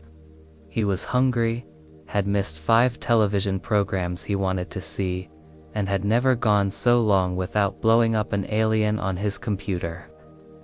Uncle Vernon stopped at last outside a gloomy-looking hotel on the outskirts of a big city. Dudley and Harry shared a room with twin beds and damp, musty sheets. Dudley snored, but Harry stayed awake, sitting on the windowsill, staring down at the lights of passing cars and wondering.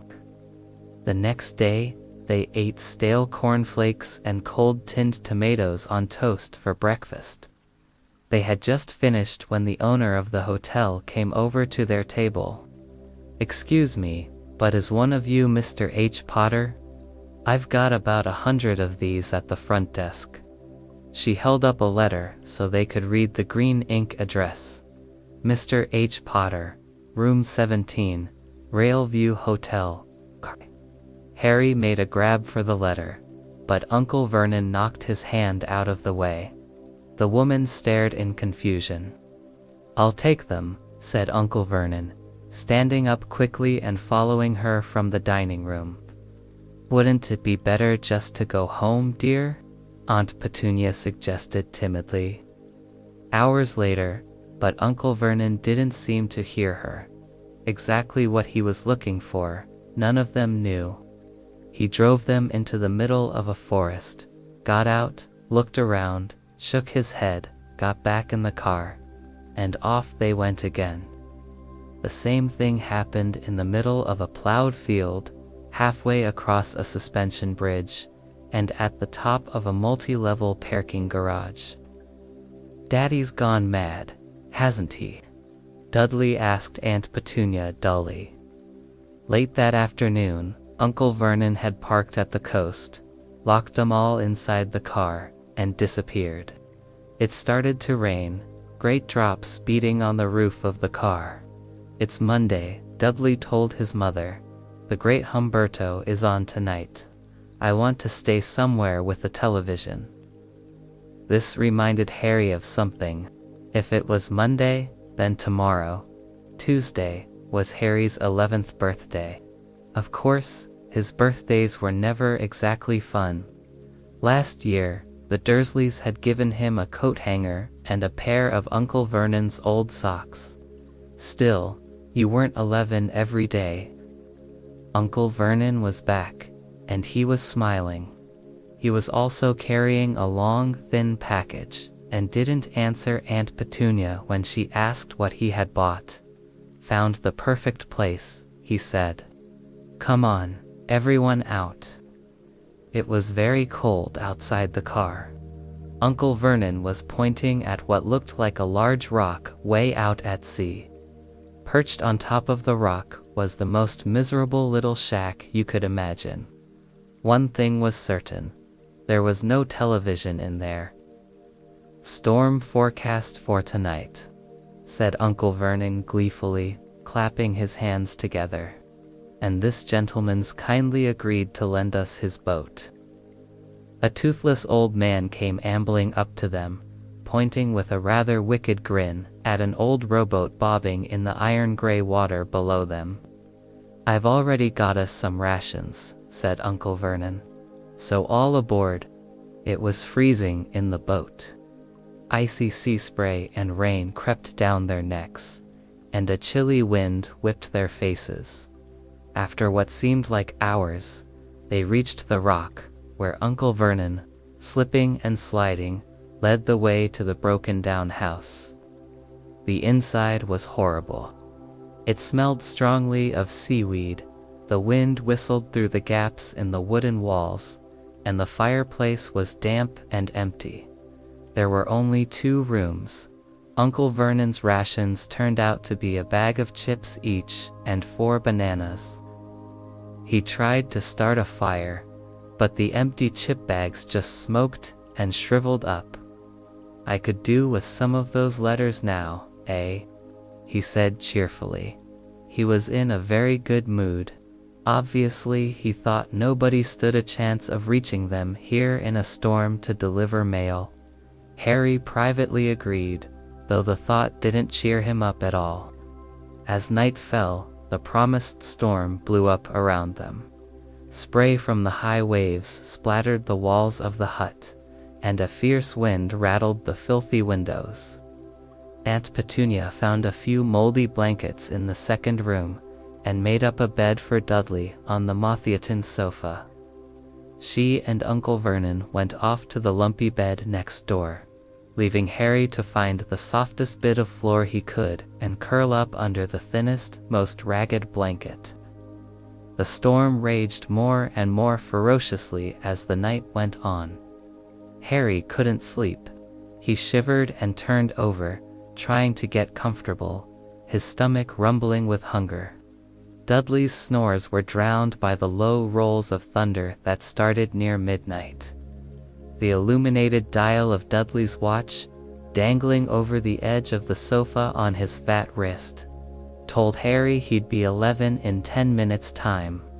He lay and watched his birthday tick nearer, wondering if the Dursleys would remember at all and where the letter writer was now. 5 minutes to go. Harry heard something creak outside. He hoped the roof wasn't going to fall in, although he might be warmer if it did. 4 minutes to go. Maybe the house on Privet Drive would be so full of letters when they got back that he'd be able to steal one somehow. 3 minutes to go. Was that the sea slapping hard against the rock? 2 minutes to go. What was that funny crunching noise? Was the rock crumbling into the sea? 1 minute to go, and he'd be 11. 30 seconds, 20, 10. Maybe he'd wake Dudley up just to annoy him.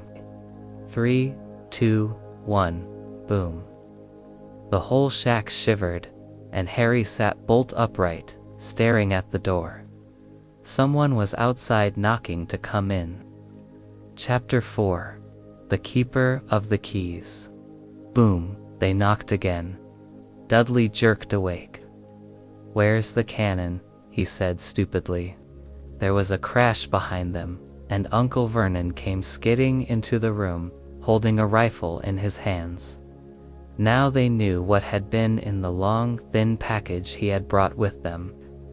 "Who's there?" he shouted. "I warn you, I'm armed." There was a pause, then smash. The door was hit with such force that it swung clean off its hinges and, with a deafening crash, landed flat on the floor. A giant of a man was standing in the doorway. His face was almost completely hidden by a long, shaggy mane of hair and a wild, tangled beard. But you could make out his eyes glinting like black beetles under all the hair.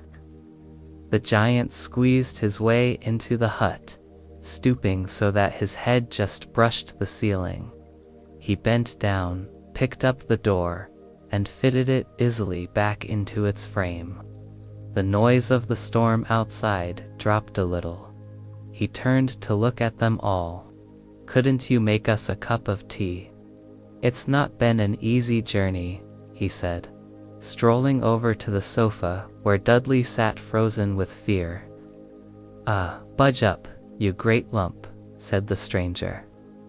Dudley squeaked and ran to hide behind his mother, who was crouching terrified behind Uncle Vernon.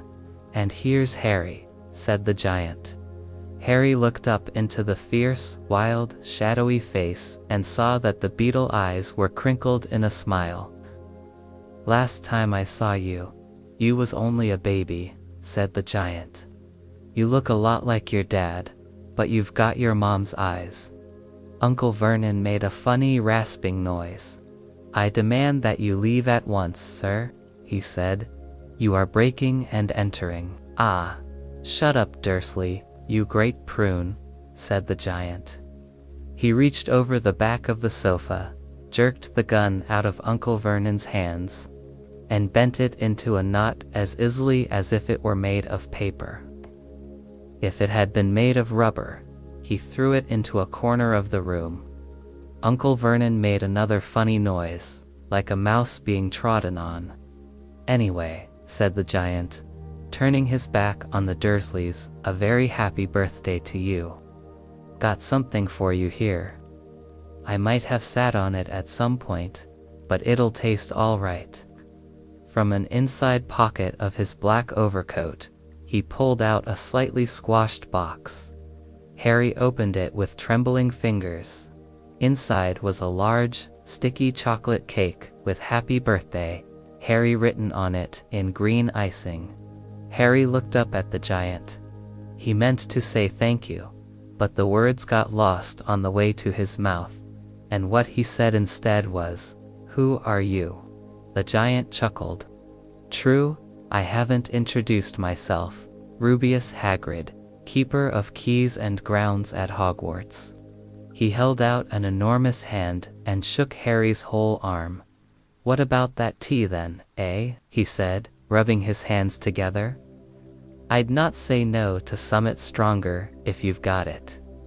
His eyes fell on the empty grate with the shriveled chip bags in it, and he snorted. He bent down over the fireplace. They couldn't see what he was doing, but when he drew back a second later, there was a roaring fire. It filled the whole damp hut with flickering light, and Harry felt the warmth wash over him as though he'd sunk into a hot bath. The giant sat back down on the sofa, which sagged under his weight, and began taking all sorts of things out of the pockets of his coat. A copper kettle, a squashy package of sausages, a poker, a teapot, several chipped mugs, and a bottle of some amber liquid that he took a swig from before starting to make tea. Soon, the hut was full of the sound and smell of sizzling sausages. Nobody said a thing while the giant was working, but as he slid the first 6 fat, juicy, slightly burnt sausages from the poker, Dudley fidgeted a little.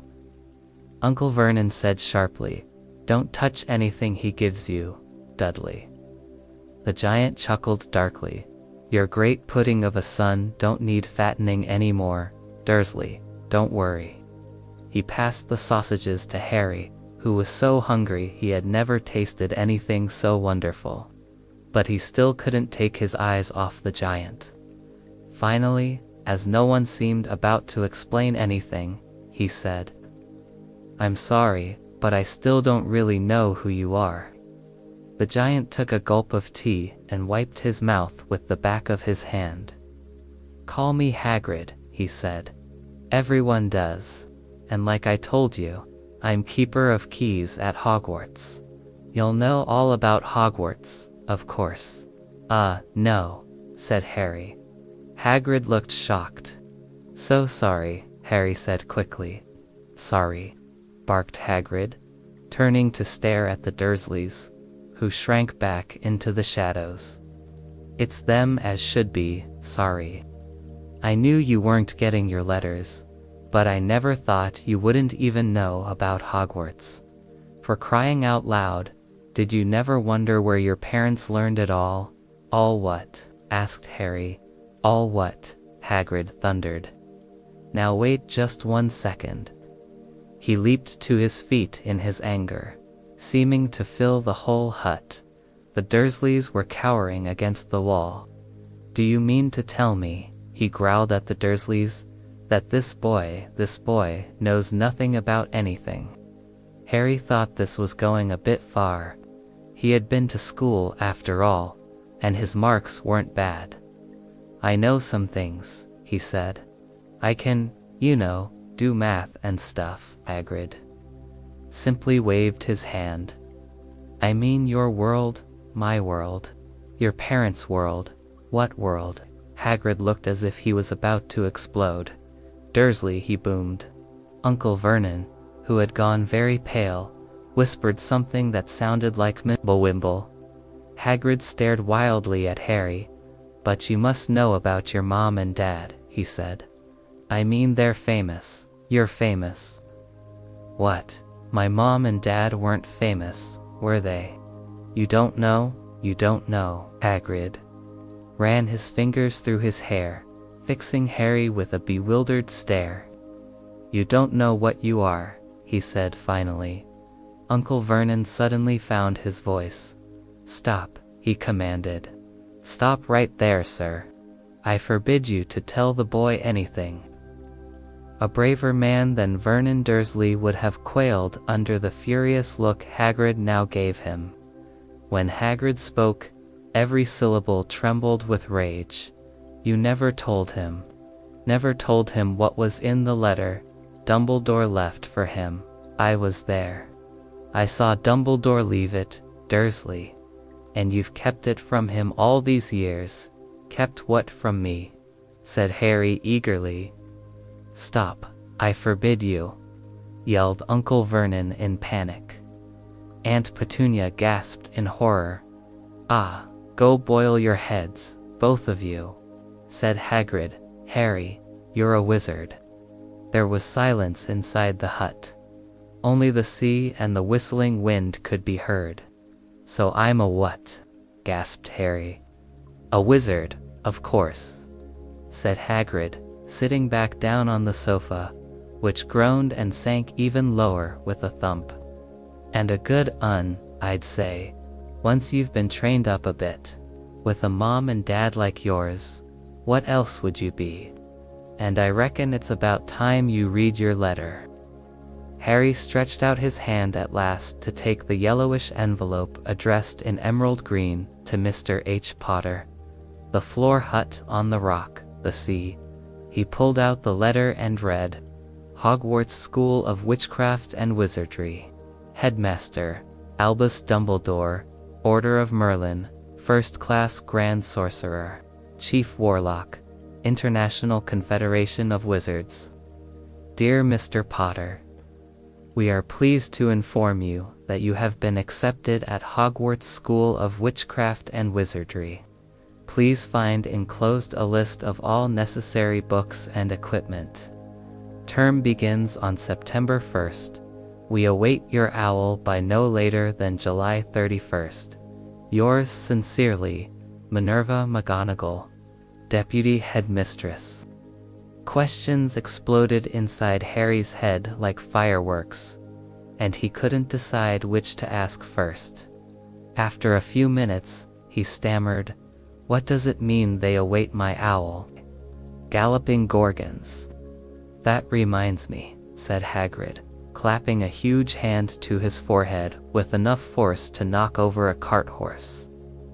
From yet another pocket inside his overcoat, he pulled out an Owla Real Live, rather ruffled-looking owlong, with a long quill and a roll of parchment. With his tongue between his teeth, he scribbled a note that Harry could read upside down. Dear Professor Dumbledore, given Harry his letter, taking him to buy his things tomorrow. Weather's horrible. Hope you're well, Hagrid. Hagrid rolled up the note, gave it to the owl, which clamped it in its beak, went to the door, and threw the owl out into the storm. Then he came back and sat down as though this was as normal as talking on the telephone. Harry realized his mouth was open and closed it quickly. Where was I? Said Hagrid. But at that moment, Uncle Vernon, still ashen-faced but looking very angry, moved into the firelight. He's not going, he said. Hagrid grunted. I'd like to see a great muggle like you stop him, he said. Eh, what? Said Harry, interested. A muggle, said Hagrid. It's what we call non-magic folk, like them. And it's your bad luck you grew up in a family of the biggest muggles I ever laid eyes on. We swore when we took him in we'd put a stop to that rubbish, said Uncle Vernon. Swore we'd stamp it out of him, wizard indeed. You knew, said Harry. You knew I'm a wizard. Knew, shrieked Aunt Petunia suddenly. Knew, of course we knew. How could you not be? My dratted sister being what she was. Oh, she got a letter just like that, and disappeared off to that school, and came home every vacation with her pockets full of frog spawn, turning teacups into rats. I was the only one who saw her for what she was, a freak, but for my mother and father. Oh no, it was Lily this and Lily that. They were proud of having a witch in the family. She stopped to draw a deep breath, and then went ranting on. It seemed she had been wanting to say all this for years. Then she met that Potter at school, and they left and got married and had you. And of course I knew you'd be just the same, just as strange, just as abnormal. And then, if you please, she went and got herself blown up, and we got landed with you." Harry had gone very white. As soon as he found his voice, he said, "Blown up? You told me they died in a car crash." "A car crash," roared Hagrid, jumping up so angrily that the Dursleys scuttled back to their corner. "How could a car crash kill Lily and James Potter? It's an outrage, a scandal. Harry Potter not knowing his own story when every kid in our world knows his name." "But why? What happened?" Harry asked urgently. The anger faded from Hagrid's face. He looked suddenly anxious. "I never expected this," he said in a low, worried voice. "I had no idea when Dumbledore told me there might be trouble getting hold of you how much you didn't know." "Ah, Harry, I don't know if I'm the right person to tell you, but someone's got to. You can't go off to Hogwarts not knowing." He threw a dirty look at the Dursleys. "Well, it's best you know as much as I can tell you. Mind, I can't tell you everything. It's a great mystery, parts of it." He sat down and stared into the fire for a few seconds, then said, "It begins, I suppose, with a person called... But it's incredible. You don't know his name. Everyone in our world knows who." "Well, I don't like saying the name if I can help it," Hagrid said. "No one does." "Why not?" "Gulpin' gargoyles, Harry. People are still scared. Blimey, this is difficult. See, there was this wizard who went bad as you could go. Worse than worse. His name was..." Hagrid gulped, but no words came out. "Could you write it down?" Harry suggested. "Can't spell it." "All right, Voldemort," Harry said. Hagrid shuddered. "Don't make me say it again. Anyway, this wizard, about 20 years ago now, started looking for followers. Got them too. Some were afraid. Some just wanted a bit of his power, 'cause he was getting himself power all right. Dark days. Didn't know who to trust. Didn't dare get friendly with strange wizards or witches. Terrible things happened. He took over, of course. Some stood up to him, and he killed them horribly. One of the only safe places left was Hogwarts. Reckon Dumbledore was the only one he was afraid of. Didn't dare try taking the school, not just then, anyway. Now, your mom and dad were as good a witch and wizard as I ever knew, head boy and girl at Hogwarts in their day. Suppose the mystery is why you know who never tried to get them on his side before. Probably knew they were too close to Dumbledore to want anything to do with the dark side.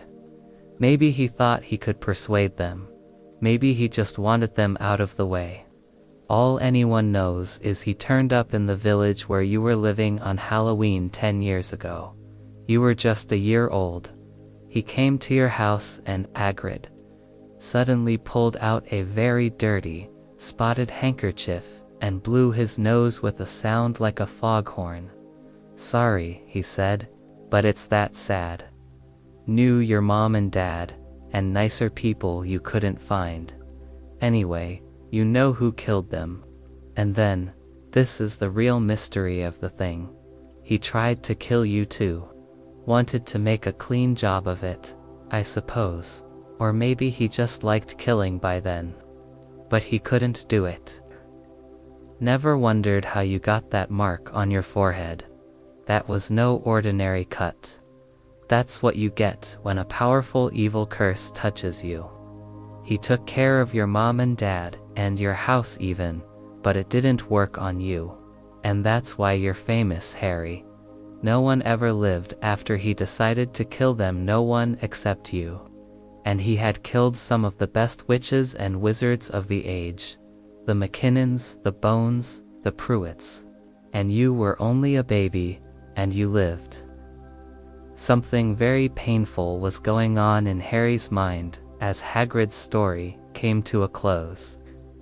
He saw again the blinding flash of green light more clearly than he had ever remembered it before, and for the first time in his life, he remembered something else, a high, cold, cruel laugh. Hagrid was watching him sadly, torn from the ruined house. On Dumbledore's orders, I brought you to this lot, Hagrid said. A load of old tosh, S-A-I-D, Uncle Vernon. Harry jumped. He had almost forgotten that the Dursleys were there. Uncle Vernon certainly seemed to have regained his courage. He was glaring at Hagrid, his fists clenched. Now you listen here, boy, he snarled. I accept there's something strange about you, probably nothing a good beating wouldn't have cured. And as for all this about your parents, well, they were weirdos, no denying it. The world's better off without them, in my opinion. As for all they got, getting mixed up with these wizarding types, just what I expected. Always knew they'd come to a sticky end. But at that moment, Hagrid leaped from the sofa and drew a battered pink umbrella from inside his coat, pointing it at Uncle Vernon like a sword. I'm warning you, Dursley, I'm warning you. One more word, and you're in danger of being speared on the end of an umbrella by a bearded giant. Uncle Vernon's courage failed again. He flattened himself against the wall and fell silent.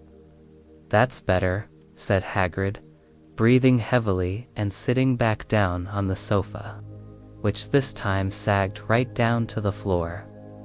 Harry, meanwhile, still had questions to ask, hundreds of them. But what happened to Visari? I mean, you know who. Good question, Hagrid replied. Disappeared. Vanished. Same night he tried to kill you. Makes you even more famous. That's the biggest mystery. See, he was getting more and more powerful. Why'd he go? Some say he died codswallop, in my opinion. Don't know if he had enough human left in him to die. Some say he's still out there, biding his time, but I don't believe it. People who were on his side came back to ours. Some of them came out of kind of trances. Don't reckon they could have done that if he was coming back. Most of us reckon he's still out there somewhere, but lost his powers too weak to carry on. 'Cause something about you finished him, Harry. There was something going on that night he hadn't counted on. I don't know what it was, no one does. But something about you stumped him, all right. Hagrid looked at Harry with warmth and respect blazing in his eyes.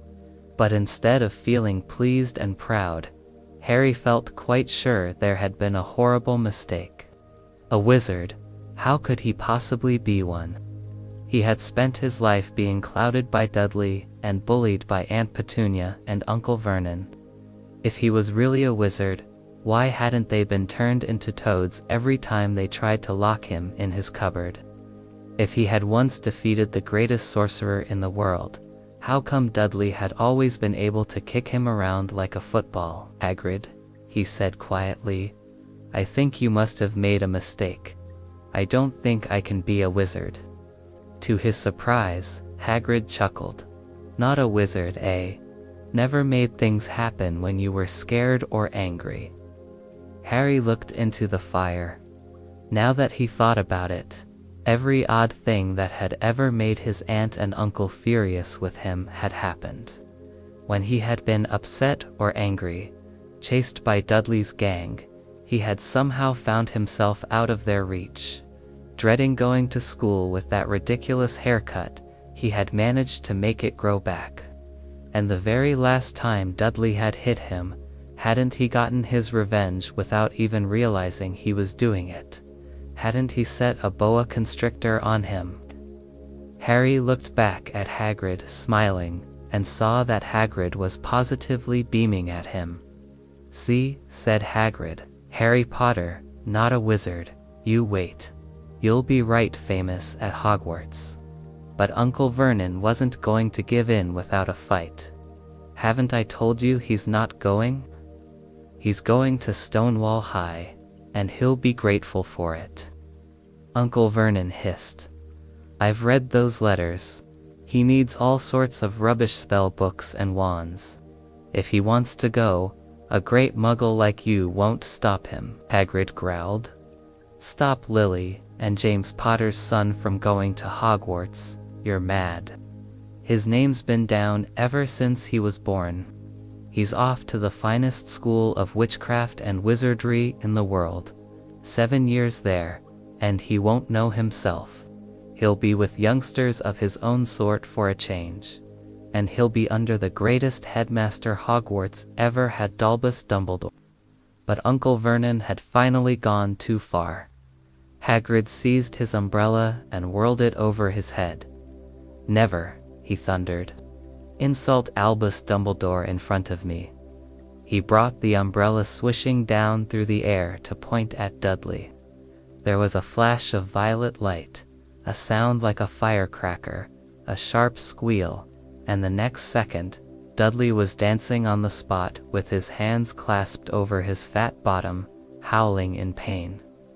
When he turned his back on them, Harry saw a curly pig's tail poking through a hole in his trousers. Uncle Vernon roared, pulling Aunt Petunia and Dudley into the other room. He cast one last terrified look at Hagrid and slammed the door behind them. Hagrid looked down at his umbrella and stroked his beard. "Shouldn't have lost my temper," he said, ruefully. "But it didn't work anyway. Meant to turn him into a pig, but I suppose he was so much like a pig anyway, there wasn't much left to do." He cast a sideways look at Harry under his bushy eyebrows. "Be grateful if you didn't mention that to anyone at Hogwarts," he said. "I'm not supposed to do magic, strictly speaking. I was allowed to do a bit to follow you and get your letters and stuff. One of the reasons I was so keen to take on the job." "Why aren't you supposed to do magic?" asked Harry. "Oh, well, I was at Hogwarts myself, but I got expelled, to tell you the truth. In my 3rd year, they snapped my wand in half and everything, but Dumbledore let me stay on as gamekeeper." "Great man, Dumbledore. Why were you expelled?" Harry asked. "It's getting late, and we've got lots to do tomorrow," said Hagrid loudly. "Got to get up to town, get all your books and that." He took off his thick black coat and threw it to Harry. "You can kip under that," he said. "Don't mind if it wriggles a bit. I think I still got a couple of dormice in one of the pockets." Chapter 5. Diagonal. Harry woke up early the next morning. Even though he could tell it was daylight, he kept his eyes tightly closed. "It's just a dream," he told himself firmly.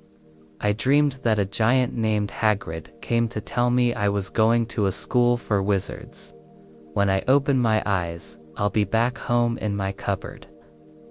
Suddenly, there was a loud tapping noise. His Aunt Petunia was knocking on the door. Harry's heart sank, but he still didn't open his eyes. The dream had been so wonderful. Tap, tap, tap. "All right," Harry mumbled. "I'm getting up." He sat up, and Hagrid's heavy coat fell off him. The hut was filled with sunlight, and the storm had passed. Hagrid was asleep on the collapsed sofa, and an owl was tapping its claw against the window, holding a newspaper in its beak. Harry quickly got to his feet, feeling so happy that it was as if a large balloon was inflating inside him. He rushed to the window and flung it open. The owl swooped in and dropped the newspaper onto Hagrid, who didn't wake up. The owl then landed on the floor and began to peck at Hagrid's coat. "Stop that," Harry shouted, trying to shoo the owl away, but it snapped its beak at him and continued to tear at the coat. "Hagrid," Harry called out loudly. "There's an owl." Hagrid grunted from the sofa. What does it want? Paying for delivering the paper. Check the pockets, Harry replied. Hagrid's coat seemed to be nothing but pockets filled with keys. Slug pellets, balls of string, peppermint humbugs, and tea bags. Finally, Harry pulled out a handful of strange-looking coins. Give him 5 nuts, Hagrid said sleepily. Nuts, the little bronze ones.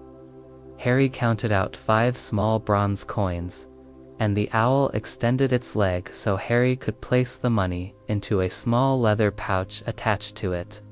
Then, it flew off through the open window. Hagrid yawned loudly, sat up, and stretched. We'd better get moving, Harry.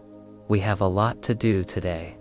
We need to get to London and buy your school supplies.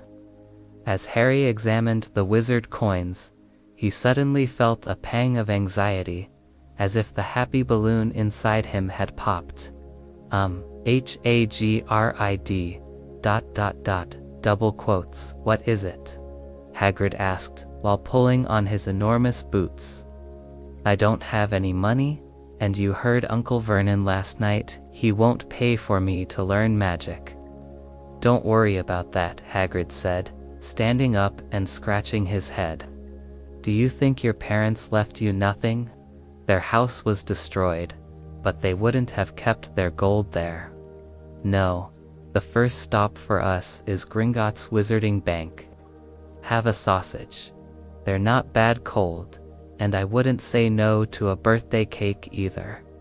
Wizards have banks. Just one Gringotts, run by goblins. Harry dropped the piece of sausage he was holding. Goblins, yeah, so you'd be foolish to try to rob it. I'll tell you that never mess with goblins. Gringotts is the safest place in the world for anything you want to keep safe, except maybe... Actually, I need to visit Gringotts for Dumbledore's business. Hagrid stood tall with pride.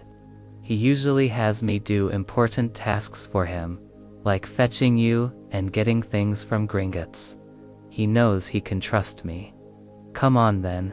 Harry followed Hagrid out onto the rock. The sky was quite clear now, and the sea sparkled in the sunlight.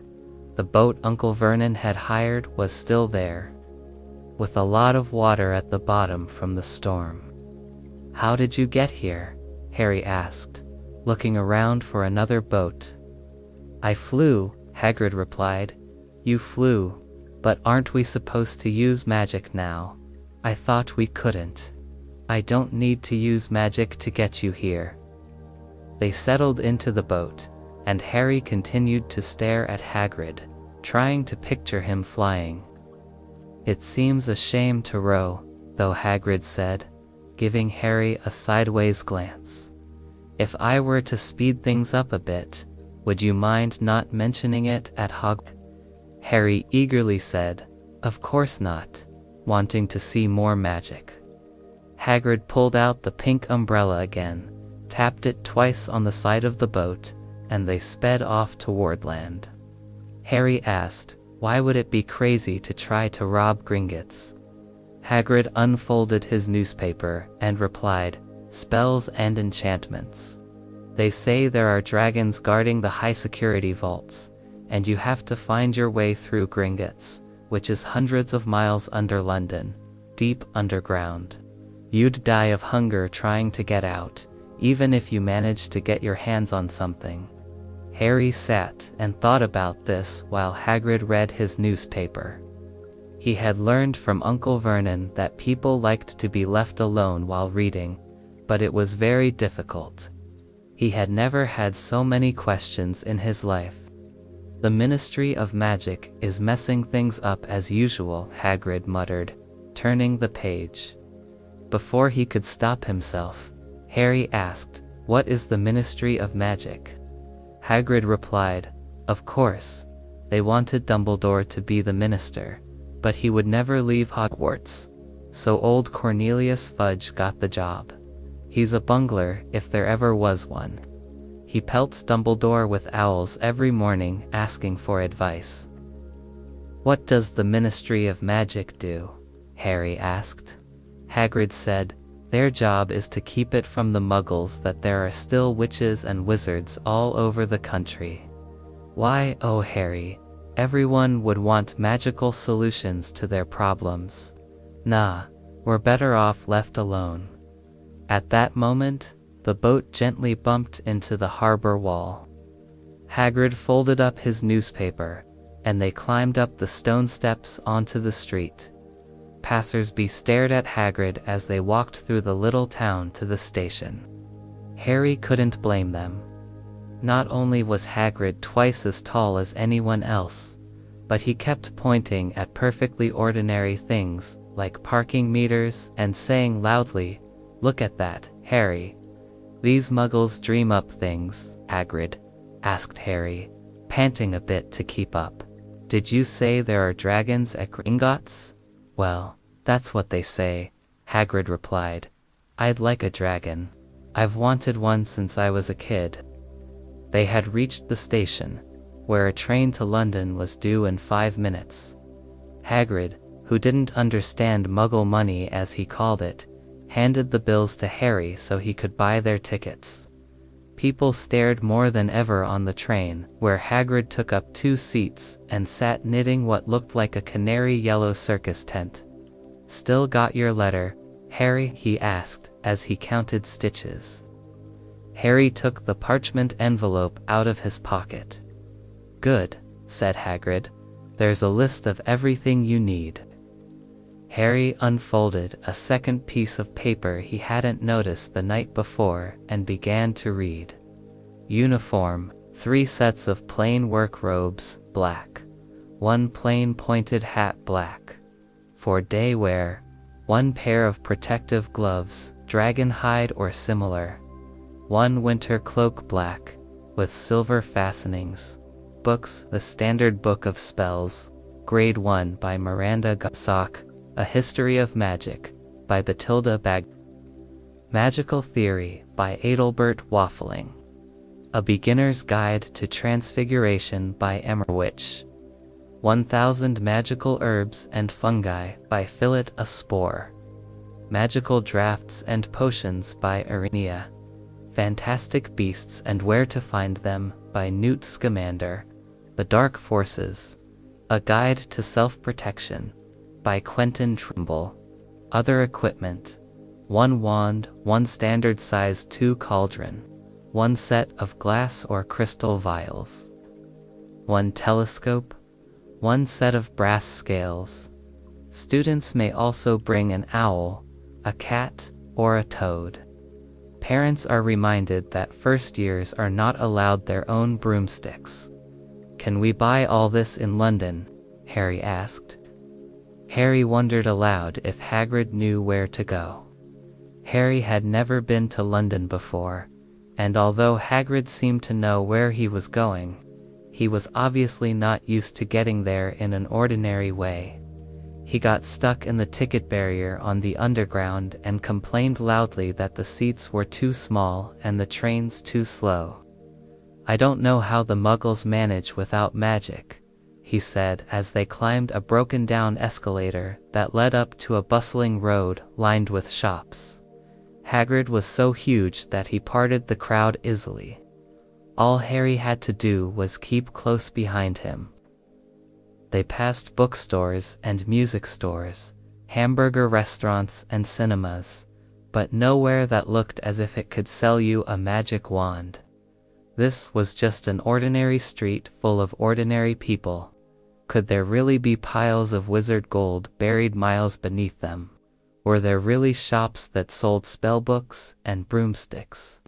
Might this not all be some huge joke that the Dursleys had cooked up? If Harry hadn't known that the Dursleys had no sense of humor, he might have thought so. Yet somehow, even though everything Hagrid had told him so far was unbelievable, Harry couldn't help trusting him. "This is it," said Hagrid, coming to a halt. "The Leaky Cauldron. It's a famous place." It was a tiny, grubby-looking pub. If Hagrid hadn't pointed it out, Harry wouldn't have noticed it was there. The people hurrying by didn't glance at it. Their eyes slid from the big bookstore on one side to the record shop on the other, as if they couldn't see the leaky cauldron at all. In fact, Harry had the most peculiar feeling that only he and Hagrid could see it. Before he could mention this, Hagrid had steered him inside. For a famous place, it was very dark and shabby. A few old women were sitting in a corner drinking tiny glasses of cherry. One of them was smoking a long pipe.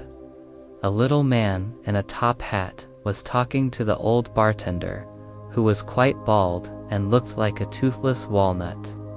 The low buzz of chatter stopped when they walked in. Everyone seemed to know Hagrid. They waved and smiled at him, and the bartender reached for a glass. The usual Hagrid. "Can't, Tom, I'm on Hogwarts business," said Hagrid, clapping his great hand on Harry's shoulder and making Harry's knees buckle. "Good Lord," said the bartender, peering at Harry. "Is this this be?" The leaky cauldron had suddenly gone completely still and silent. "Dear bless my soul," whispered the old bartender. "Harry Potter, what an honor." He hurried out from behind the bar, rushed toward Harry, and seized his hand, tears in his eyes. "Welcome back, Mr. Potter. Welcome back." Harry didn't know what to say. Everyone was looking at him. The old woman with the pipe was puffing on it without realizing it had gone out. Hagrid was beaming. Then there was a great scraping of chairs, and the next moment Harry found himself shaking hands with everyone in the leaky cauldron. "Doris Crockford, Mr. Potter. Can't believe I'm meeting you at last. So proud, Mr. Potter. I'm just so proud. Always wanted to shake your hand. I'm all of a flutter. Delighted, Mr. Potter. Just can't tell you. Daedalus Diggle's the name."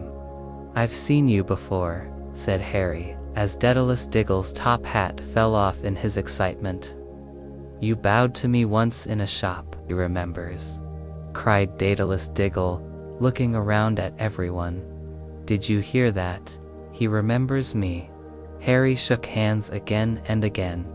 Doris Crockford kept coming back for more.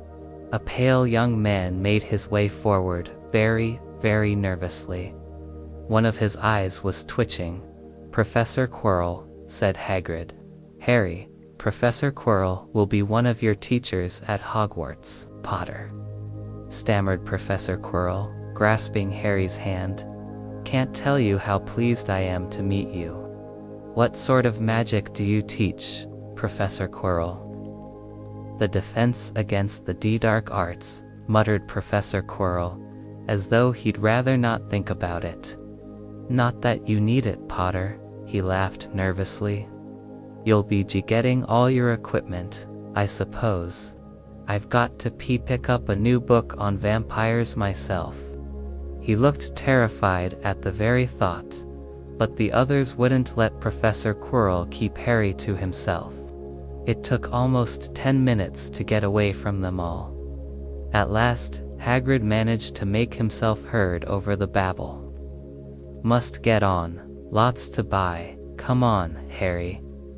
Doris Crockford shook Harry's hand one last time, and Hagrid led them through the bar and out into a small walled courtyard, where there was nothing but a trash can and a few weeds.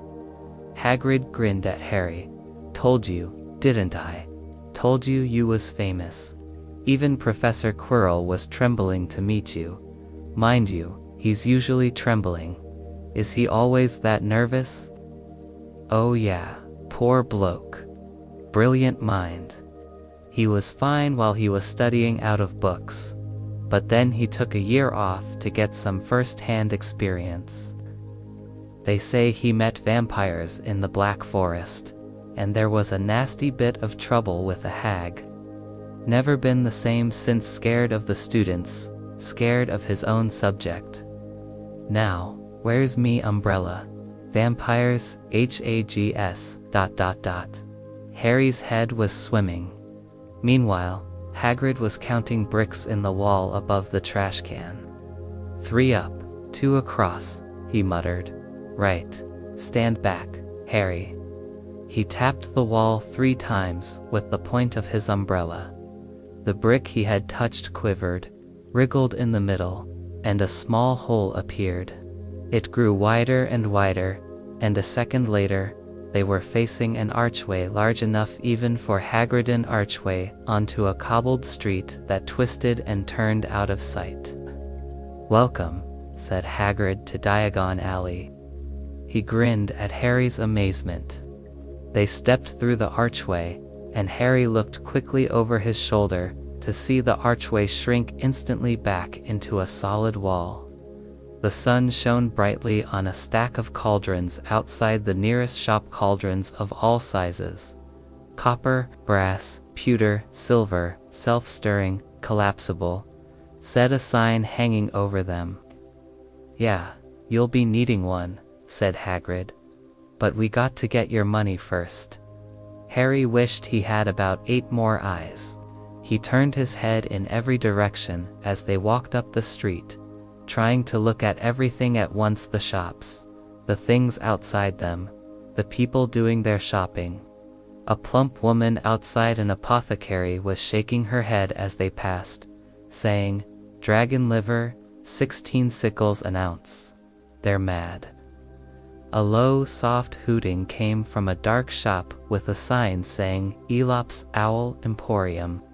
Tiny screech owls, barn owls, and snowy owls were inside. Several boys of about Harry's age had their noses pressed against a window with broomsticks in it. "Look, Harry," he heard one of them say, "the new Nimbus 2000. Fastest ever." There were shops selling robes, shops selling telescopes, and strange silver instruments Harry had never seen before. Windows were stacked with barrels of bat spleens and eel's eyes. Tottering piles of spellbooks, quills and rolls of parchment, potion bottles, and globes of the moon. "Gringotts," said Hagrid. They had reached a snowy white building that towered over the other little shops. Standing beside its burnished bronze doors, wearing a uniform of scarlet and gold, was, "Yeah, that's a goblin," said Hagrid quietly as they walked up the white stone steps toward him. The goblin was about a head shorter than Harry. He had a shrewd, clever face, a pointed beard, and Harry noticed very long fingers and feet. He bowed as they walked inside. Now they were facing a second pair of doors, silver this time, with words engraved upon them. "Enter, stranger, but take heed of what awaits. The sin of greed. For those who take but do not earn, must pay most dearly in their turn. So if you seek beneath our floors a treasure that was never yours, thief, you have been warned. Beware of finding more than treasure there. Like I said, you'd be mad to try and rob it," said Hagrid. A pair of goblins bowed them through the silver doors, and they were in a vast marble hall. About 100 more goblins were sitting on high stools behind a long counter, scribbling in large ledgers, weighing coins in brass scales, and examining precious stones through eyeglasses. There were too many doors to count leading off the hall, and yet more goblins were showing people in and out of these. Hagrid and Harry made for the counter. "Morning," said Hagrid to a free goblin. "We've come to take some money out of Mr. Harry Potter's safe. You have his key, sir." "Got it here somewhere," said Hagrid, and he started emptying his pockets onto the counter, scattering a handful of moldy dog biscuits over the goblin's book of numbers. The goblin wrinkled his nose. Harry watched the goblin on their right weighing a pile of rubies as big as glowing coals. "Got it," said Hagrid at last, holding up a tiny golden key. The goblin looked at it closely. That seems to be in order. And I've also got a letter here from Professor ... Dumbledore said Hagrid, importantly, throwing out his chest. It's about the you-know-what, in Vault 713. The goblin read the letter carefully. Very well, he said, handing it back to Hagrid. I will have someone take you down to both vaults. Griphook was yet another goblin. Once Hagrid had crammed all the dog biscuits back inside his pockets. He and Harry followed Griphook toward one of the doors leading off the hall. What's the you-know-what in Vault 713? Harry asked. Can't tell you that, said Hagrid mysteriously. Very secret Hogwarts business. Dumbledore trusted Mimjub Esworth to tell you that. Griphook held the door open for them. Harry, who had expected more marble, was surprised to find they were in a narrow stone passageway, lit with flaming torches. It sloped steeply downward, and there were little railway tracks on the floor. Griphook whistled, and a small cart came hurtling up the tracks toward them. They climbed in Hagrid with some difficulty and were off. At first, they just hurtled through a maze of twisting passages. Harry tried to remember left, right, right, left, middle fork, right, left, but it was impossible. The rattling cart seemed to know its own way because Griphook wasn't steering. Harry's eyes stung as the cold air rushed past them, but he kept them wide open. Once, he thought he saw a burst of fire at the end of a passage and twisted around to see if it was a dragon. But too late, they plunged even deeper, passing an underground lake where huge stalactites and stalagmites grew from the ceiling and floor. I never know, Harry called to Hagrid over the noise of the cart. What's the difference between a stalagmite and a stalactite? Stalagmites got an A in M, said Hagrid, and don't ask me questions just now. I think I'm going to be sick. He did look very green. And when the cart stopped at last beside a small door in the passage wall, Hagrid got out and had to lean against the wall to stop his knees from trembling. Griphook unlocked the door. A lot of green smoke came billowing out, and as it cleared, Harry gasped. Inside were mounds of gold coins, columns of silver, and heaps of little bronze nuts. All yours, smiled Hagrid. All Harry's. It was incredible. The Dursleys couldn't have known about this, or they'd have had it from him faster than blinking.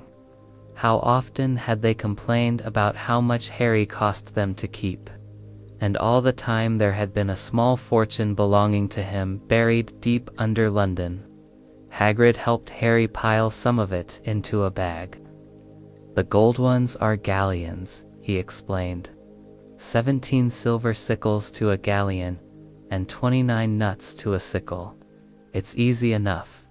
Right, that should be enough for a couple of terms. We'll keep the rest safe for you. He turned to Griphook. Vault 713 now, please. And can we go more slowly? 1 speed only, said Griphook. They were going even deeper now and gathering speed. The air became colder and colder as they hurtled around tight corners. They went rattling over an underground ravine, and Harry leaned over the side to try to see what was down at the dark bottom. But Hagrid groaned and pulled him back by the scruff of his neck. Vault 713 has no keyhole. Stand back, said Griphook importantly. He stroked the door gently with one of his long fingers, and it simply melted away. If anyone but a Gringotts goblin tried that, they'd be sucked through the door and trapped in there, said Griphook. How often do you check to see if anyone's inside? Harry asked. About once every 10 years, said Griphook, with a rather nasty grin.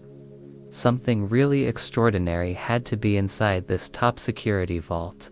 Harry was sure, and he leaned forward eagerly, expecting to see fabulous jewels at the very least, but at first he thought it was empty. Then he noticed a grubby little package wrapped up in brown paper lying on the floor. Hagrid picked it up and tucked it deep inside his coat. Harry longed to know what it was, but knew better than to ask. "Come on, back in this infernal cart, and don't talk to me on the way back." "It's best if I keep me mouth shut," said Hagrid. One wild cart ride later, they stood blinking in the sunlight outside Gringotts. Harry didn't know where to run first now that he had a bag full of money. He didn't need to know how many galleons there were to a pound to understand that he was holding more money than he had in his whole life, more money than even Dudley had ever had. "Might as well get your uniform," said Hagrid, nodding toward Madame Malkin's robes, "for all occasions. Listen, Harry, would you mind if I slipped off for a pick-me-up in the leaky cauldron? I hate them Gringotts carts." He did still look a bit sick, so Harry entered Madame Malkin's shop alone, feeling nervous. Madame Malkin was a squat, smiling witch dressed all in mauve. "Hogwarts, dear," she said when Harry started to speak. "Got the lot here. Another young man being fitted up just now," she added, pointing to the back of the shop where a boy with a pale, pointed face was standing on a footstool, while a second witch pinned up his long black robes. Madame Malkin stood Harry on a stool next to him, slipped a long robe over his head, and began to pin it to the right length. "Hello," said the boy. "Hogwarts too?" "Yes," said Harry. "My father's next door, buying my books, and my mother's up the street, looking at wands," said the boy in a bored, drawling voice. "Then I'm going to drag them off to look at racing brooms. I don't see why first years can't have their own. I think I'll bully father into getting me one, and I'll smuggle it in somehow." Harry was strongly reminded of Dudley. "Have you got your own broom?" the boy went on. "No," said Harry. "Play Quidditch at all?" "No," Harry said again, wondering what on earth Quidditch could be. "I do. Father says it's a crime if I'm not picked to play for my house, and I must say I agree. Know what house you'll be in yet?" "No," said Harry, feeling more stupid by the minute. "Well, no one really knows until they get there, do they?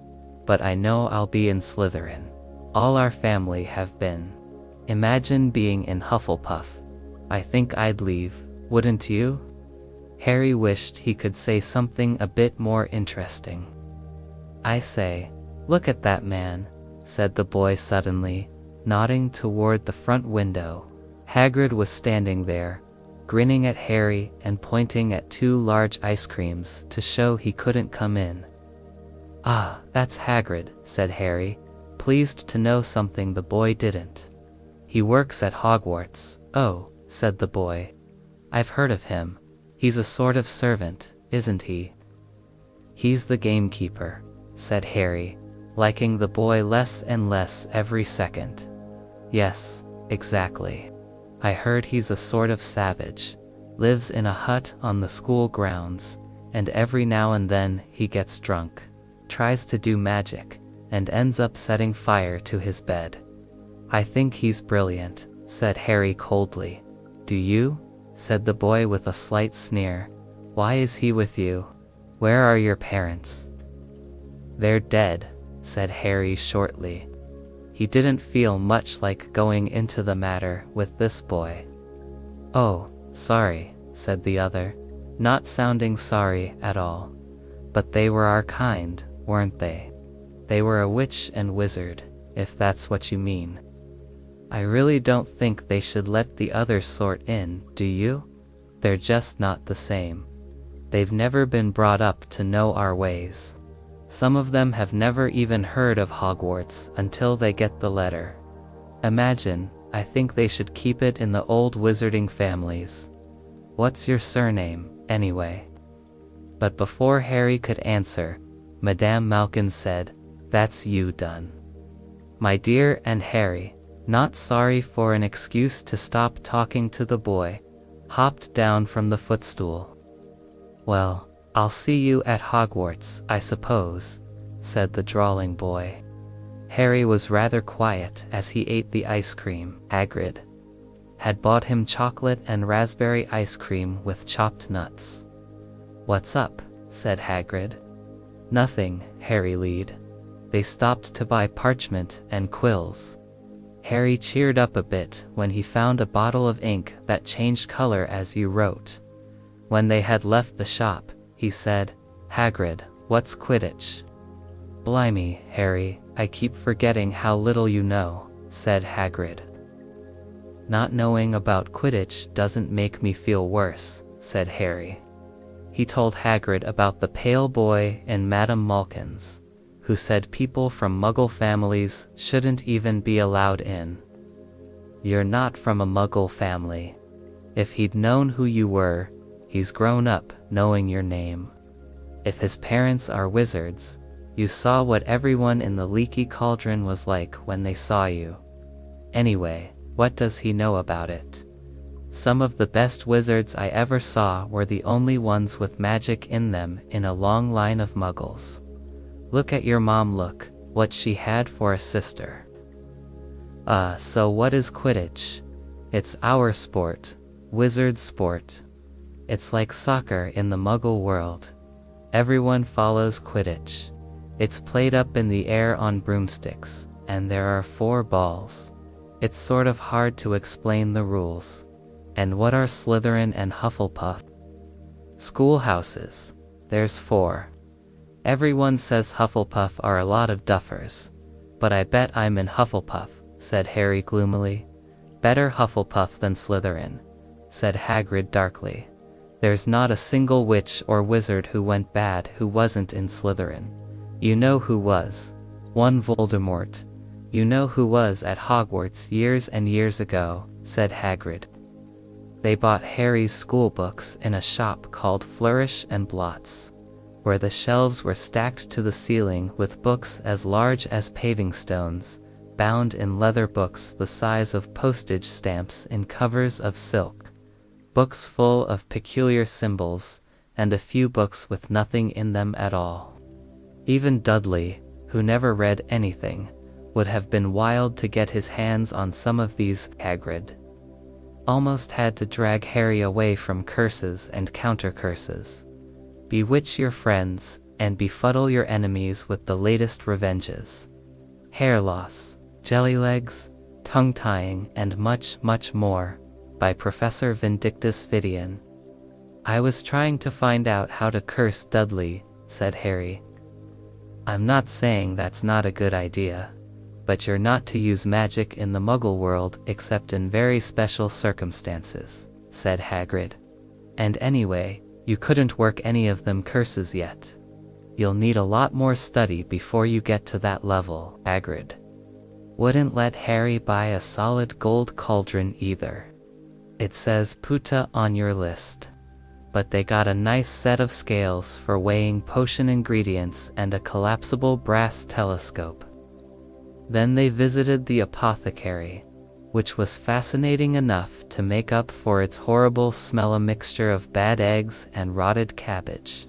Barrels of slimy stuff stood on the floor, jars of herbs, dried roots, and bright powders lined the walls, and bundles of feathers, strings of fangs, and snarled claws hung from the ceiling, while Hagrid asked the man behind the counter for a supply of some basic potion ingredients for Harry. Harry himself examined silver unicorn horns at 21 galleons each, and minuscule glittery black beetle eyes at 5 nuts a scoop. Outside the apothecary, Hagrid checked Harry's list again. "Just your wand left. Oh yeah, and I still haven't got you a birthday present." Harry felt himself go red. "You don't have to." "I know I don't have to. Tell you what, I'll get you an animal. Not a toad. Toads went out of fashion years ago. You'd be laughed at. And I don't like cats, they make me sneeze. I'll get you an owl. All the kids want owls. They're dead useful. Carry your mail and everything. 20 minutes later, they left Elop's Owl Emporium, which had been dark and full of rustling and flickering jewel-bright eyes.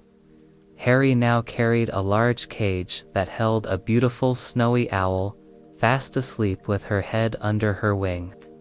He couldn't stop stammering his thanks, sounding just like Professor Quirrell. "Don't mention it," said Hagrid gruffly. "Don't expect you've had a lot of presents from Dudley. Just Ollivander's left now, only place for wands. Ollivander's, and you've got to have the best wand, a magic wand." This was what Harry had been really looking forward to. The last shop was narrow and shabby.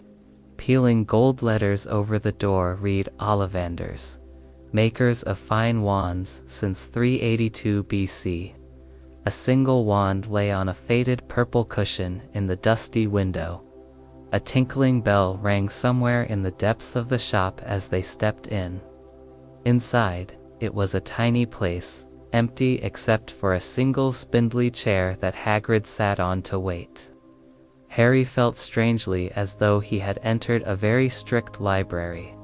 He swallowed a lot of new questions that had just occurred to him, and looked instead at the thousands of narrow boxes piled neatly right up to the ceiling. For some reason, the back of his neck prickled. The very dust and silence in here seemed to tingle with some secret magic. "Good afternoon," said a soft voice. Harry jumped. Hagrid must have jumped too, because there was a loud crunching noise, as he quickly got off the spindly chair. An old man was standing before them, his wide pale eyes shining like moons through the gloom of the shop. Hello," said Harry awkwardly. "Ah, yes," said the man. Yes, I thought I'd be seeing you soon, Harry Potter." It wasn't a question. "You have your mother's eyes. It seems only yesterday she was in here herself, buying her first wand 10¼ inches, long, swishy, made of willow. Nice wand for charm work." Mr. Ollivander moved closer to Harry. Harry wished he would blink. Those silvery eyes were a bit creepy. "Your father, on the other hand, favored a mahogany wand 11 inches. Pliable, a little more power, and excellent for transfiguration." "Well, I say your father favored it. It's really the wand that chooses the wizard, of course." Mr. Ollivander had come so close that he and Harry were almost nose to nose. Harry could see himself reflected in those misty eyes, and that's when Mr. Ollivander touched the lightning scar on Harry's forehead with a long white finger. "I'm sorry to say, I sold the wand that did it," he said softly. 13½ inches, you powerful wand, very powerful, and in the wrong hands. Well, if I'd known what that wand was going out into the world to do, ... He shook his head, and then to Harry's relief, spotted Hagrid. "Rubeus Hagrid, how nice to see you again. Oak 16 inches, rather bendy, wasn't it?" "It was, sir," said Hagrid. "Good one, that one. But I suppose they snapped it in half when you got expelled," said Mr. Ollivander, suddenly stern. "Ah yes, they did," said Hagrid, shuffling his feet. "I've still got the pieces, though," he added brightly. "But you don't use them," said Mr. Ollivander sharply. "Oh no, sir," said Hagrid quickly. Harry noticed he gripped his pink umbrella very tightly as he spoke. "Well," said Mr. Ollivander, giving Hagrid a piercing look. "Now, Mr. Potter, let me see." He pulled a long tape measure with silver markings out of his pocket. "Which is your wand arm?" "Oh, well, I'm right-handed," said Harry. "Hold out your arm. That's it." He measured Harry from shoulder to finger, then wrist to elbow, shoulder to floor, knee to armpit, and round his head. As he measured, he said, "Every Ollivander wand has a core of a powerful magical substance, Mr. Potter. We use unicorn hairs, phoenix tail feathers, and the heartstrings of dragons. No two Ollivander wands are the same, just as no two unicorn horns, dragons, or phoenixes are quite the same. And of course, you will never get such good results with another wizard's wand."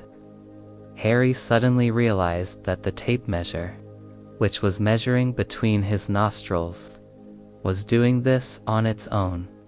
Mr. Ollivander was flitting around the shelves, taking down boxes. "That will do," he said, and the tape measure crumpled into a heap on the floor. "Right then, Mr. Potter, try this one. Beechwood and dragon heartstring, 9 inches, nice and flexible. Just take it and give it a wave." Harry took the wand and, feeling foolish, waved it around a bit, but Mr. Ollivander snatched it out of his hand almost at once. "Maple and phoenix feather, 7 inches, quite whippy, try." Harry tried, but he had hardly raised the wand when it too was snatched back by Mr. Ollivander. "No, no, here. Ebony and unicorn hair, 8.5 inches. Springy. Go on, try it out." Harry tried and tried. He had no idea what Mr. Ollivander was waiting for. A pile of tried wands was mounting higher and higher on the spindly chair. But the more wands Mr. Ollivander pulled from the shelves, the happier he seemed to become. "Tricky customer, eh? Not to worry. We'll find the perfect match here somewhere. I wonder now, ... yes, why not? Unusual combination. Holly and phoenix feather, 11 inches, nice and supple." Harry took the wand. He felt a sudden warmth in his fingers. He raised the wand above his head, brought it swishing down through the dusty air, and a stream of red and gold sparks shot from the end like a firework, throwing dancing spots of light onto the walls. Hagrid whooped and clapped, and Mr. Ollivander cried, "Oh, bravo! Yes, indeed. Oh, very good. Well, how curious, how very curious." He put Harry's wand back into its box and wrapped it in brown paper, still muttering, "Curious, curious." "Sorry," said Harry, "but what's curious?" Mr. Ollivander fixed Harry with his pale stare. "I remember every wand I've ever sold, Mr. Potter. Every single wand. It so happens that the phoenix whose tail feather is in your wand gave another feather, just one other. It is very curious indeed that you should be destined for this wand when its brother gave you that scar." Harry swallowed. "Yes, 13.5 inches. You curious indeed how these things happen. The wand chooses the wizard, remember. I think we must expect great things from you, Mr. Potter. After all, he who must not be named did great things terrible. Yes, but great." Harry shivered. He wasn't sure he liked Mr. Ollivander too much. He paid 7 gold galleons for his wand, and Mr. Ollivander bowed them from his shop. The late afternoon sun hung low in the sky as Harry and Hagrid made their way back down Diagon Alley, back through the wall, back through the leaky cauldron, now empty. Harry didn't speak at all as they walked down the road. He didn't even notice how much people were gawking at them on the underground, laden as they were with all their funny-shaped packages, with the snowy owl asleep in its cage on Harry's lap. Up another escalator, out into Paddington Station. Harry only realized where they were when Hagrid tapped him on the shoulder. "Got time for a bite to eat before your train leaves?" he said. He bought Harry a hamburger, and they sat down on plastic seats to eat them. Harry kept looking around. Everything looked so strange somehow. "You all right, Harry? You're very quiet," said Hagrid. Harry wasn't sure he could explain. He just had the best birthday of his life, and yet he chewed his hamburger, trying to find the words. "Everyone thinks I'm special," he said at last. "All those people in the leaky cauldron, Professor Quirrell, Mr. Ollivander, but I don't know anything about magic at all. How can they expect great things? I'm famous, and I can't even remember what I'm famous for. I don't know what happened when sorry. I mean the night my parents died." Hagrid leaned across the table. Behind the wild beard and eyebrows, he wore a very kind smile. "Don't you worry, Harry. You'll learn fast enough. Everyone starts at the beginning at Hogwarts. You'll be just fine. Just be yourself. I know it's hard. You've been singled out, and that's always hard. But you'll have a great time at Hogwarts. I did. Still do, as a matter of fact." Hagrid helped Harry onto the train that would take him back to the Dursleys, then handed him an envelope. "Your ticket for Hogwarts," he said. "1st of September, King's Cross. It's all on your ticket. Any problems with the Dursleys, send me a letter with your owl. She'll know where to find me. See you soon, Harry." The train pulled out of the station. Harry wanted to watch Hagrid until he was out of sight. He rose in his seat and pressed his nose against the window, but he blinked, and Hagrid had gone. Chapter 6. The Journey from Platform 9. Harry's last month with the Dursleys wasn't fun. True, Dudley was now so scared of Harry that he wouldn't stay in the same room, while Aunt Petunia and Uncle Vernon didn't shut Harry in his cupboard, force him to do anything, or shout at him. In fact, they didn't speak to him at all. Half terrified, half furious, they acted as though any chair with Harry in it were empty. Although this was an improvement in many ways, it did become a bit depressing after a while. Harry kept to his room with his new owl for company. He had decided to call her Hedwig, a name he had found in a history of magic. His school books were very interesting. He lay on his bed reading late into the night, Hedwig swooping in and out of the open window as she pleased. It was lucky that Aunt Petunia didn't come in to vacuum anymore, because Hedwig kept bringing back dead mice every night. Before he went to sleep, Harry ticked off another day on the piece of paper he had pinned to the wall, counting down to September 1st, on the last day of August. He thought he'd better speak to his aunt and uncle about getting to King's Cross Station the next day. So he went down to the living room where they were watching a quiz show on television. He cleared his throat to let them know he was there, and Dudley screamed and ran from the room.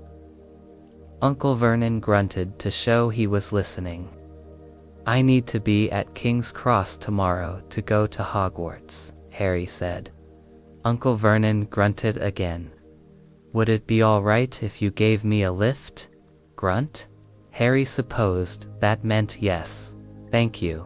He was about to go back upstairs when Uncle Vernon actually spoke. "Funny way to get to a wizard's school, the train.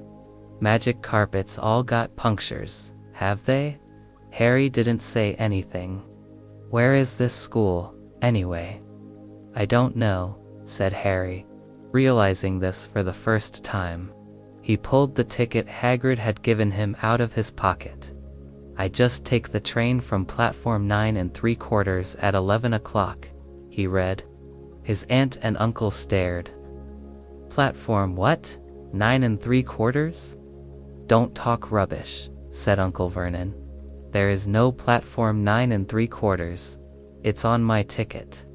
"Barking," said Uncle Vernon. "Howling mad, the lot of them. You'll see, you just wait. All right, we'll take you to King's Cross.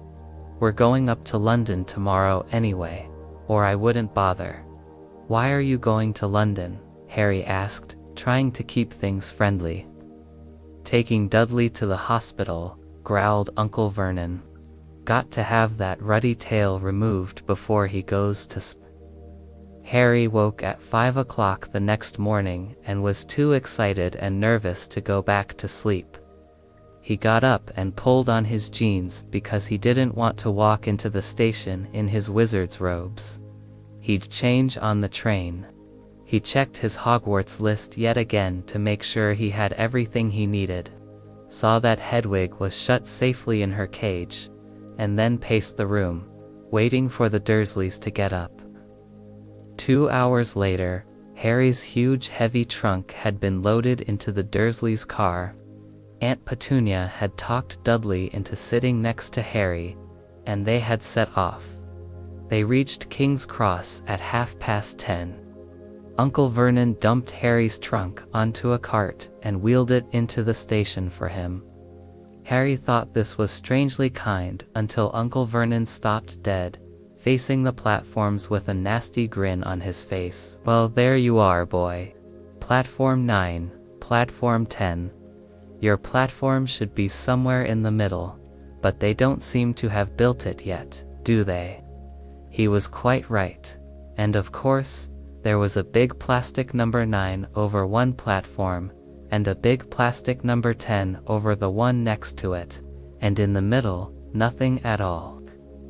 Have a good term, said Uncle Vernon with an even nastier smile. He left without another word. Harry turned and saw the Dursleys drive away.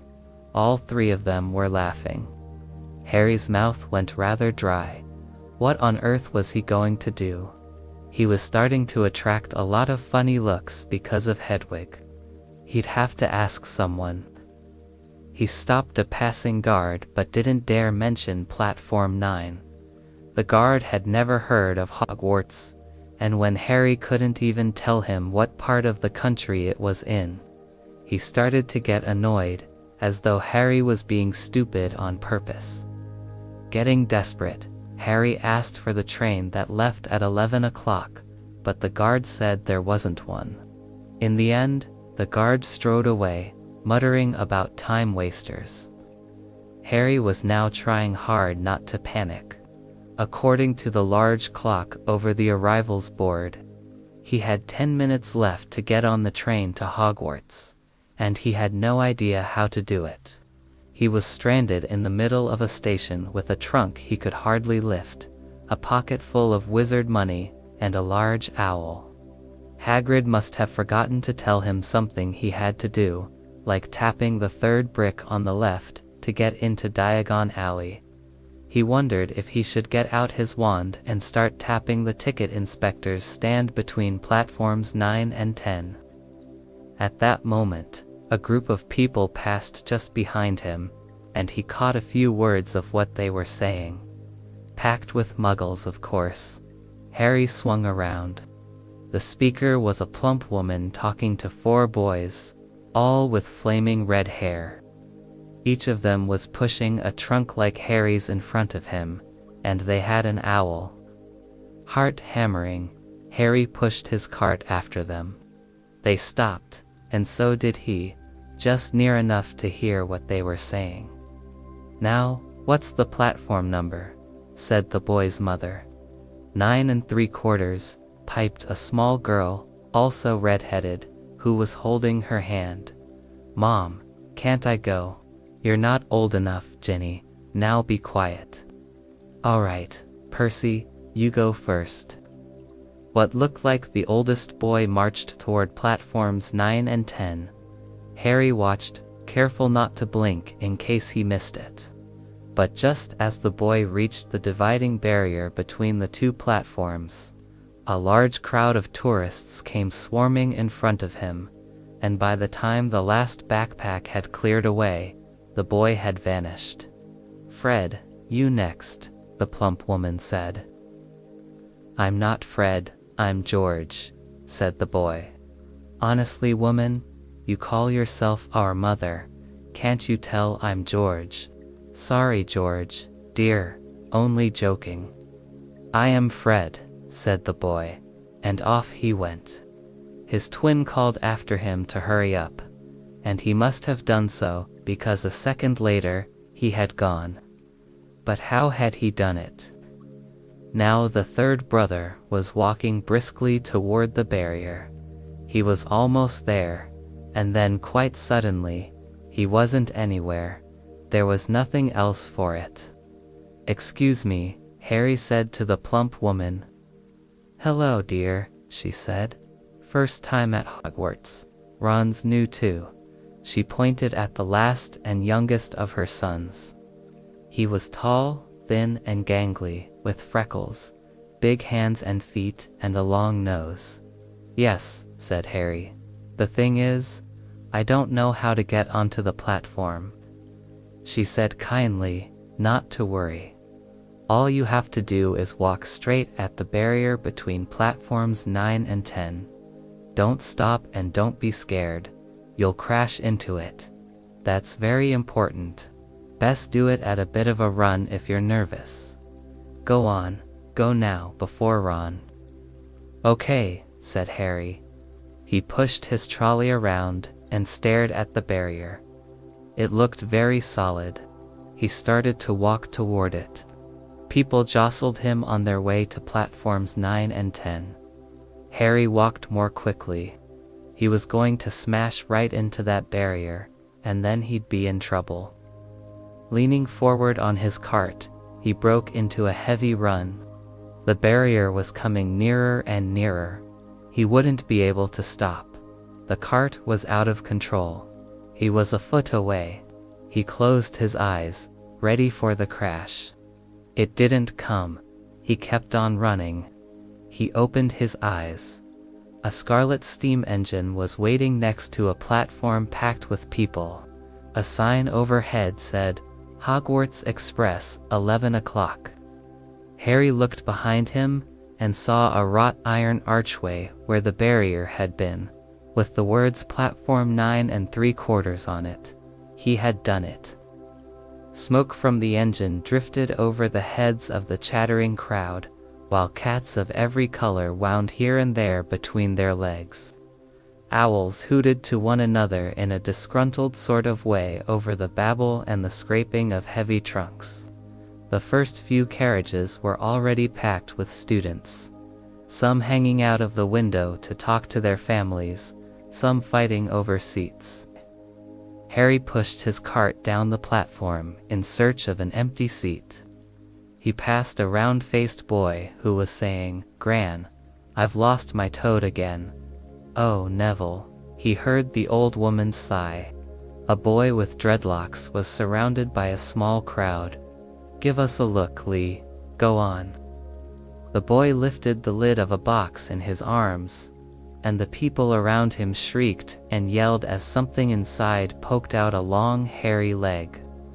Harry pressed on through the crowd until he found an empty compartment near the end of the train. He put Hedwig inside first and then started to shove and heave his trunk toward the train door. He tried to lift it up the steps but could hardly raise one end, and twice he dropped it painfully on his foot. Want a hand? It was one of the red-haired twins he'd followed through the barrier. Yes, please, Harry panted. Oi, Fred, come here and help. With the twins' help, Harry's trunk was at last tucked away in a corner of the compartment. Thanks, said Harry, pushing his sweaty hair out of his eyes. What's that? Said one of the twins suddenly, pointing at Harry's lightning scar. Blimey, said the other twin. Are you? He is, said the first twin. Aren't you? He added to Harry. What? Said Harry. Harry Potter. Correct? The twins exclaimed. Oh, him, said Harry. I mean, yes, I am. The two boys gawked at him, and Harry felt himself turning red. Then, to his relief, a voice came floating in through the train's open door. Fred, George. Are you there? coming, Mom." With a last look at Harry, the twins hopped off the train. Harry sat down next to the window, where, half hidden, he could watch the red-haired family on the platform and hear what they were saying. Their mother had just taken out her handkerchief. "Ron, you've got something on your nose." The youngest boy tried to jerk out of the way, but she grabbed him and began rubbing the end of his nose. "Mom, Joff." He wriggled free. "Ah, has Eichel Ronnie got something on his nose?" said one of the twins. "Shut up," said Ron. "Where's Percy?" said their mother. "He's coming now." The oldest boy came striding into sight. He had already changed into his billowing black Hogwarts robes, and Harry noticed a shiny red and gold badge on his chest with the letter P on it. "Can't stay long, Mother," he said. "I'm up front. The prefects have got 2 compartments to themselves." "Oh, are you a prefect, Percy?" said one of the twins with an air of great surprise. "You should have said something. We had no idea." "Hang on, I think I remember him saying something about it," said the other twin. "Once or twice a minute, all summer." "Oh, shut up," said Percy, the prefect. "How come Percy gets new robes anyway?" said one of the twins. Because he's a prefect," said their mother fondly. "All right, dear, well, have a good term. Send me an owl when you get there." She kissed Percy on the cheek, and he left. Then she turned to the twins. "Now you two, this year you behave yourselves. If I get one more owl telling me you've blown up a toilet or blown up a toilet, we've never blown up a toilet." "Great idea though, thanks Mom. It's not funny. And look after Ron." "Don't worry, Ron is safe with us." "Shut up," said Ron again.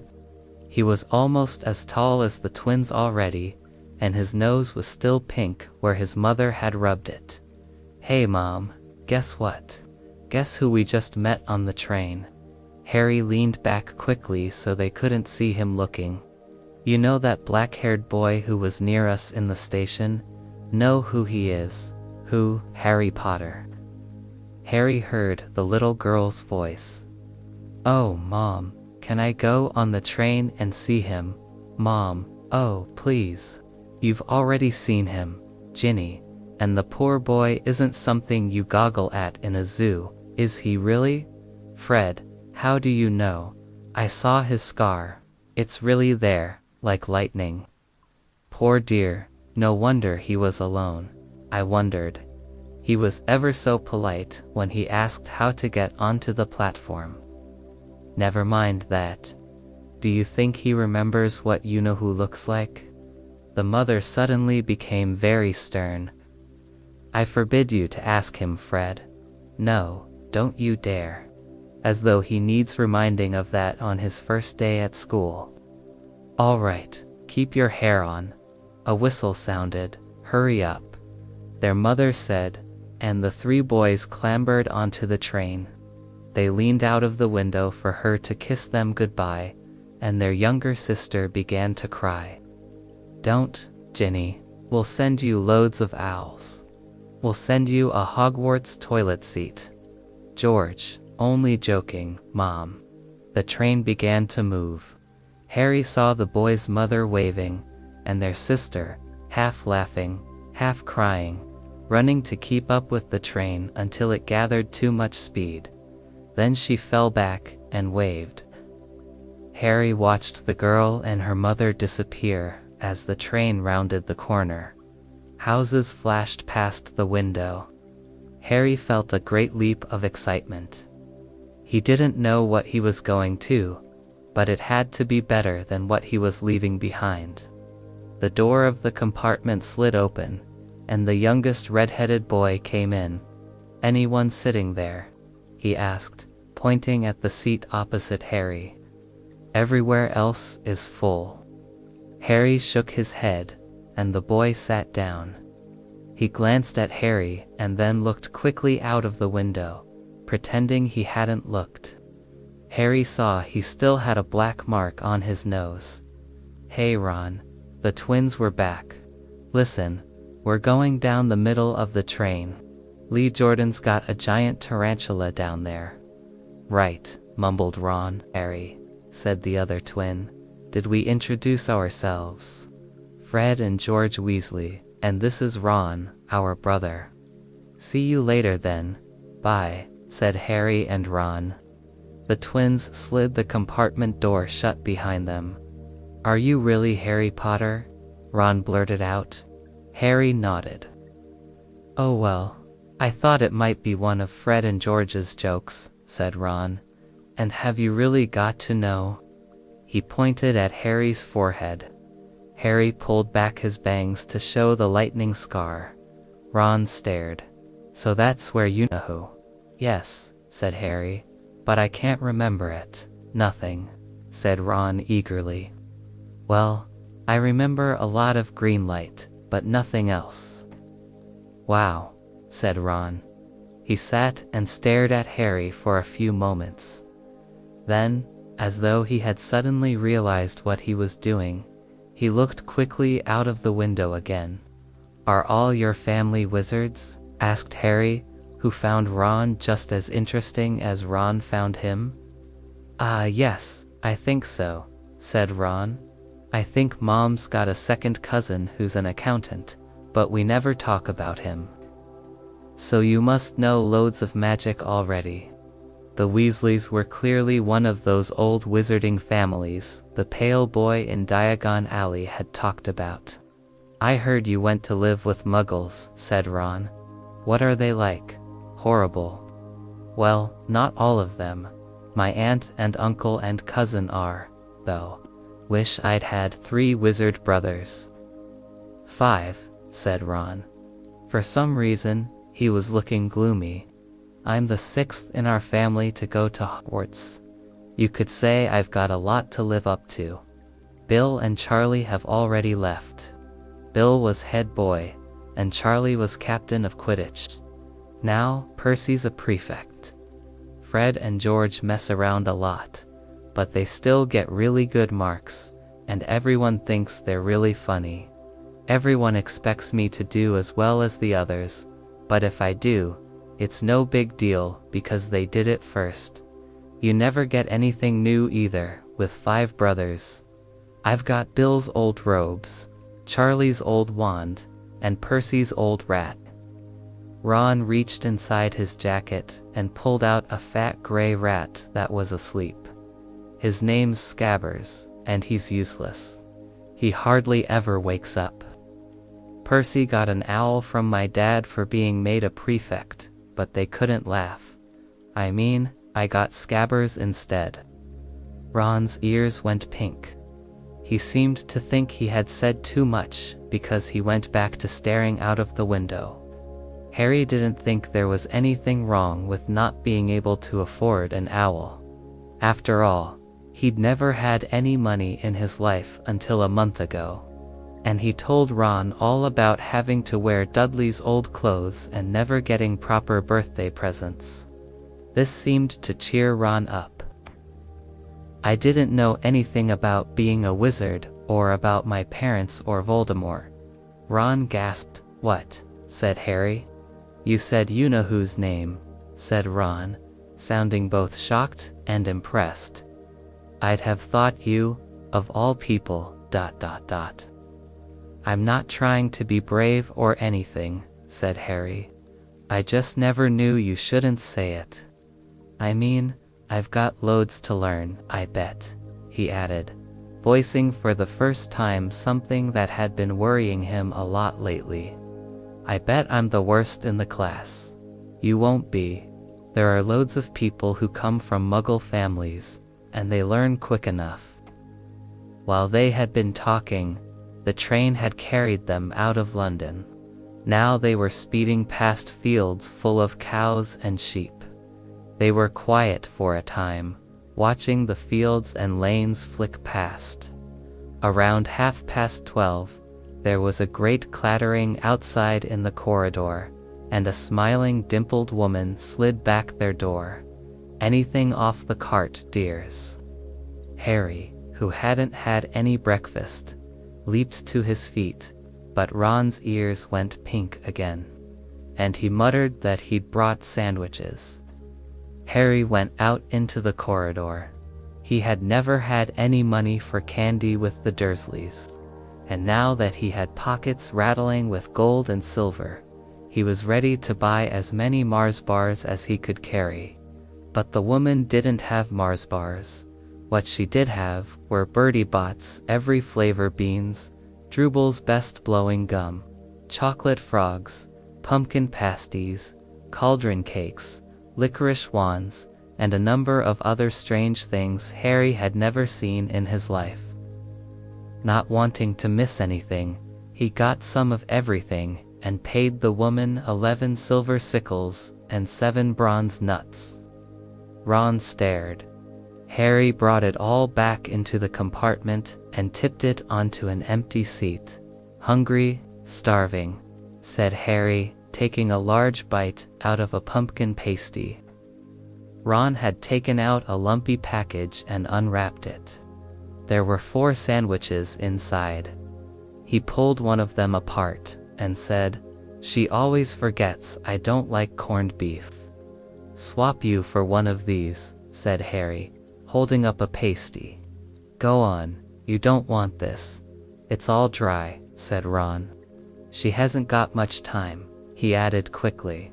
"You know, with 5 of us." "Go on, have a pasty," said Harry, who had never had anything to share before, or indeed anyone to share it with. It was a nice feeling sitting there with Ron, eating their way through all Harry's pasties, cakes, and candies. The sandwiches lay forgotten. "What are these?" Harry asked Ron, holding up a pack of chocolate frogs. "They're not really frogs, are they?" He was starting to feel that nothing would surprise him. No," said Ron. "Let's see what the card is. I'm missing a gripper." "What? Oh, of course you wouldn't know. Chocolate frogs have cards inside them, you know, to collect famous witches and wizards. I've got about 500, but I haven't got a gripper or Tommy." Harry unwrapped his chocolate frog and picked up the card. It showed a man's face. He wore half-moon glasses, had a long crooked nose, and flowing silver hair, beard and mustache. Underneath the picture was the name, Albus Dumbledore. "So this is Dumbledore," said Harry. "Don't tell me you'd never heard of Dumbledore," said Ron. "Can I have a frog? I might get a gripper, thanks." Harry turned over his card and read, "Albus Dumbledore, currently headmaster of Hogwarts, considered by many the greatest wizard of modern times. Dumbledore is particularly famous for his defeat of the dark wizard Grindelwald in 1945, for the discovery of the 12 uses of dragon's blood, and his work on alchemy with his partner, Nicholas Flamel. Professor Dumbledore enjoys chamber music and 10-pin bowling." Harry turned the card back over and saw, to his astonishment, that Dumbledore's face had disappeared. "He's gone." "Well, you can't expect him to hang around all day," said Ron. "He'll be back." "No, I've got more again, and I've got about 6 of her. Do you want it? You can start collecting." Ron's eyes strayed to the pile of chocolate frogs waiting to be unwrapped. "Help yourself," said Harry, "but in the Muggle world, people just stay put in photos, do they?" "What, they don't move at all?" Ron sounded amazed. "Weird." Harry stared as Dumbledore sidled back into the picture on his card and gave him a small smile. Ron was more interested in eating the frogs than looking at the famous witches and wizards cards. But Harry couldn't keep his eyes off them.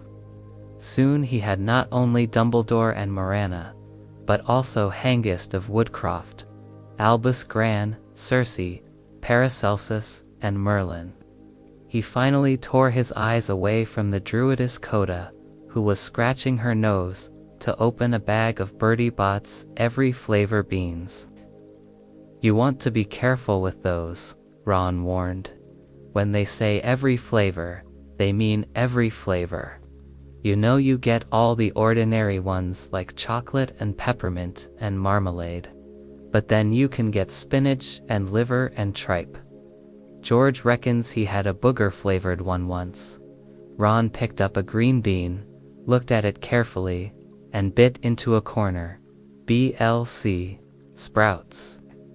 They had a good time eating the every-flavored beans.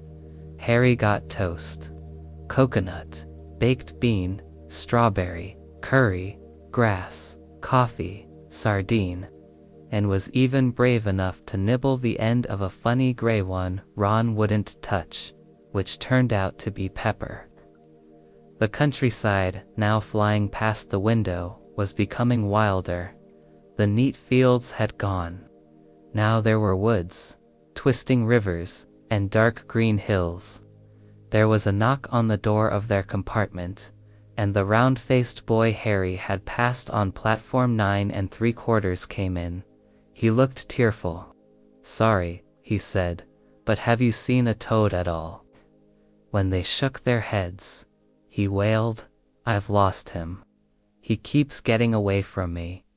"He'll turn up," said Harry. Yes, said the boy miserably. "Well, if you see him, ... "I don't know why he's so bothered," said Ron.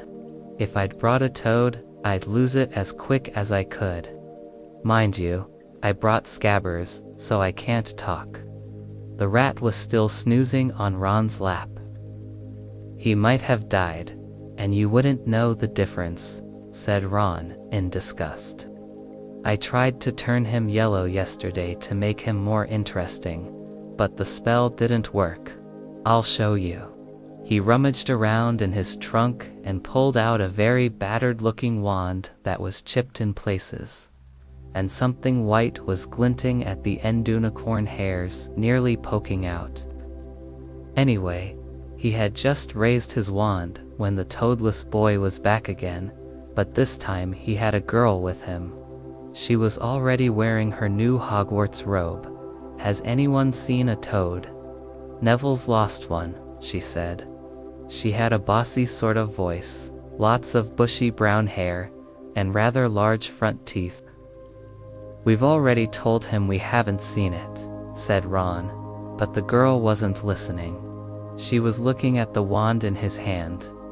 "Oh, are you doing magic? Let's see it then." She sat down. Ron looked taken aback. "All right," he cleared his throat. "Sunshine, daisies, buttermellow, turn this stupid fat rat yellow." He waved his wand, but nothing happened. Scabbers stayed gray and fast asleep. "Are you sure that's a real spell?" said the girl. "Well, it's not very good, is it? I've tried a few simple spells just for practice, and it's all worked for me. Nobody in my family's magic at all. It was ever such a surprise when I got my letter, but I was ever so pleased. Of course, I mean it's the very best school of witchcraft there is. I've heard I've learned all our course books by heart, of course. I just hope it will be enough. I'm Hermione Granger, by the way. Who are you?" She said all this very fast. Harry looked at Ron and was relieved to see by his stunned face that he hadn't learned all the course books by heart either. "I'm Ron Weasley," Ron muttered. "Harry Potter," said Harry. "Are you really?" said Hermione. "I know all about you, of course. I got a few extra books for background reading, and you're in modern magical history and the rise and fall of the dark arts and great wizards of the 20th century, wizarding events of the 20th century," said Harry, feeling dazed. "Goodness, didn't you know? I'd have found out everything I could if it was me," said Hermione. Do either of you know what house you'll be in? I've been asking around, and I hope I'm in Gryffindor. It sounds by far the best. I hear Dumbledore himself was in it, but I suppose Ravenclaw wouldn't be too bad. Anyway, we'd better go and look for Neville's toad. You two had better change. I expect we'll be there soon. And she left, taking the toadless boy with her. Whatever house I'm in, I hope she's not in it, said Ron. He threw his wand back into his trunk. Stupid spell. George gave it to me. Bet he knew it was a dud. What house are your brothers in? Asked Harry. Gryffindor, said Ron, gloom seeming to settle on him again. Mom and Dad were in it too. I don't know what they'll say if I'm not. I don't suppose Ravenclaw would be too bad, but imagine if they put me in Slytherin. That's the house Voldemort was in. Yeah, said Ron, flopping back into his seat, looking depressed. Oh, you know. I think the ends of Scabbers' whiskers are a bit lighter, said Harry, trying to take Ron's mind off houses. So what do your oldest brothers do now that they've left, anyway? Harry was wondering what a wizard did once he finished school.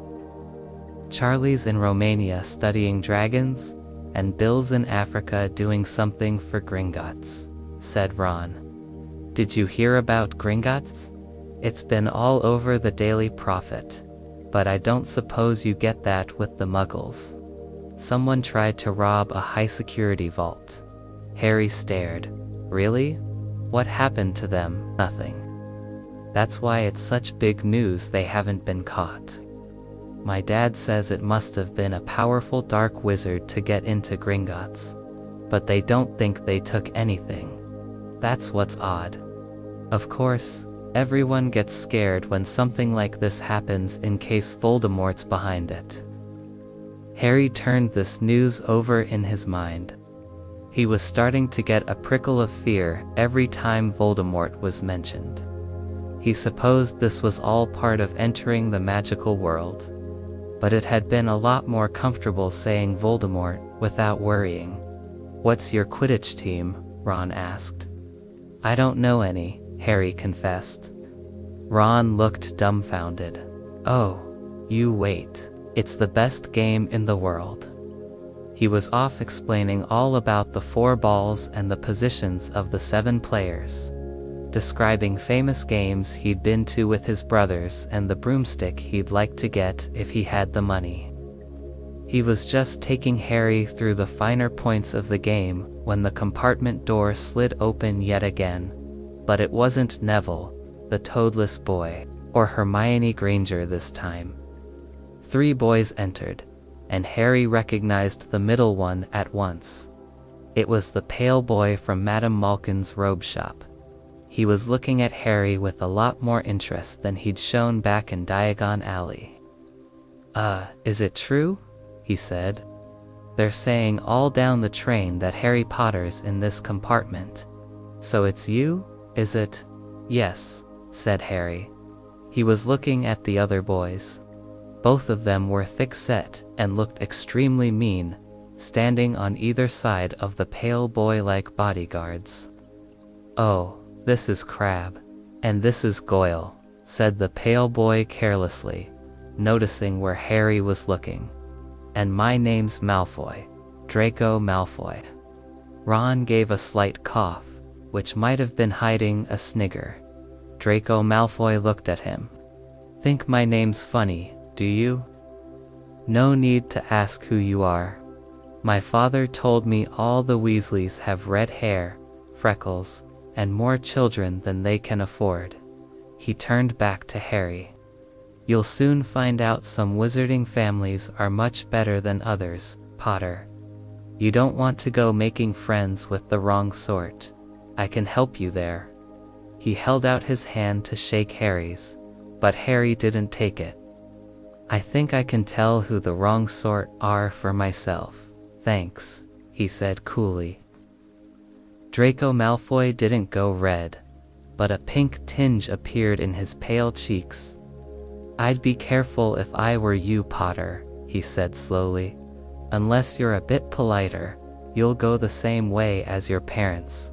They didn't know what was good for them either. You hang around with riffraff like the Weasleys and that Hagrid, and it'll rub off on you."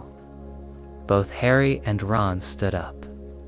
"Say that again," Ron said, his face as red as his hair. "Oh, you're going to fight us, are you?" Malfoy sneered. "Unless you get out now," said Harry, more bravely than he felt, because Crabbe and Goyle were a lot bigger than him or Ron. "But we don't feel like leaving, do we, boys? We've eaten all our food, and you still seem to have some." Goyle reached toward the chocolate frogs next to Ron. Ron leaped forward, but before he'd so much as touched Goyle, Goyle let out a horrible yell. Scabbers, the rat, was hanging off his finger, sharp little teeth sunk deep into Goyle's knuckle. Crabbe and Malfoy backed away as Goyle swung Scabbers round and round, howling. When Scabbers finally flew off and hit the window, all three of them disappeared at once. Perhaps they thought there were more rats lurking among the sweets, or perhaps they'd heard footsteps, because a second later, Hermione Granger had come in. "What has been going on?" she said, looking at the sweets all over the floor and Ron picking up Scabbers by his tail. "I think he's been knocked out," Ron said to Harry. He looked closer at Scabbers. "No, I don't believe it, he's gone back to sleep." And so he had. "You've met Malfoy before," Harry explained about their meeting in Diagon Alley. "I've heard of his family," said Ron darkly. "They were some of the first to come back to our side after Voldemort disappeared. Said they'd been bewitched. My dad doesn't believe it. He says Malfoy's father didn't need an excuse to go over to the dark side." He turned to Hermione. "Can we help you with something? You'd better hurry up and put your robes on. I've just been up to the front to ask the conductor, and he says we're nearly there. You haven't been fighting, have you? You'll be in trouble before we even get there." "Scabbers has been fighting, not us," said Ron, scowling at her. "Would you mind leaving while we change?" "All right. I only came in here because people outside are behaving very childishly, racing up and down the corridors," said Hermione in a sniffy voice. "And you've got dirt on your nose, by the way." Ron glared at her as she left. Harry peered out of the window. It was getting dark. He could see mountains and forests under a deep purple sky. The train did seem to be slowing down. He and Ron took off their jackets and pulled on their long black robes. Ron's were a bit short for him. You could see his sneakers underneath them. A voice echoed through the train. "We will be reaching Hogwarts in 5 minutes' time. Please leave your luggage on the train. It will be taken to the school separately." Harry's stomach lurched with nerves, and Ron looked pale under his freckles. They crammed their pockets with the last of the sweets and joined the crowd thronging the corridor. The train slowed right down and finally stopped. People pushed their way toward the door and out onto a tiny dark platform. Harry shivered in the cold night air. Then a lamp came bobbing over the heads of the students, and Harry heard a familiar voice. First years over here." Harry Hagrid's big hairy face beamed over the sea of heads. "Come on, follow me. Any more first years? Mind your step now. First years, follow me."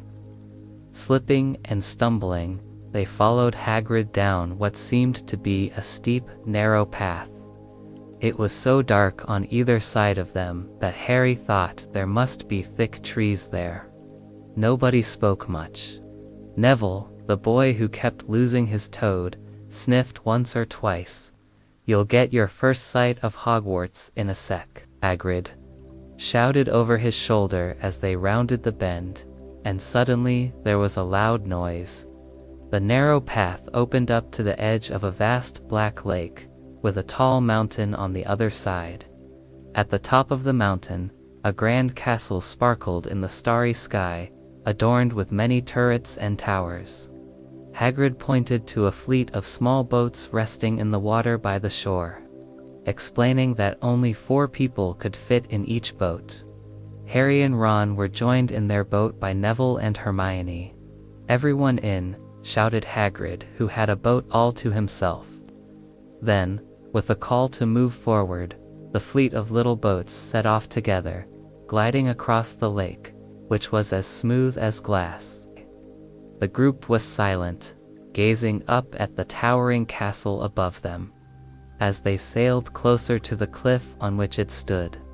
"Heads down," yelled Hagrid, as the first boats approached the cliff.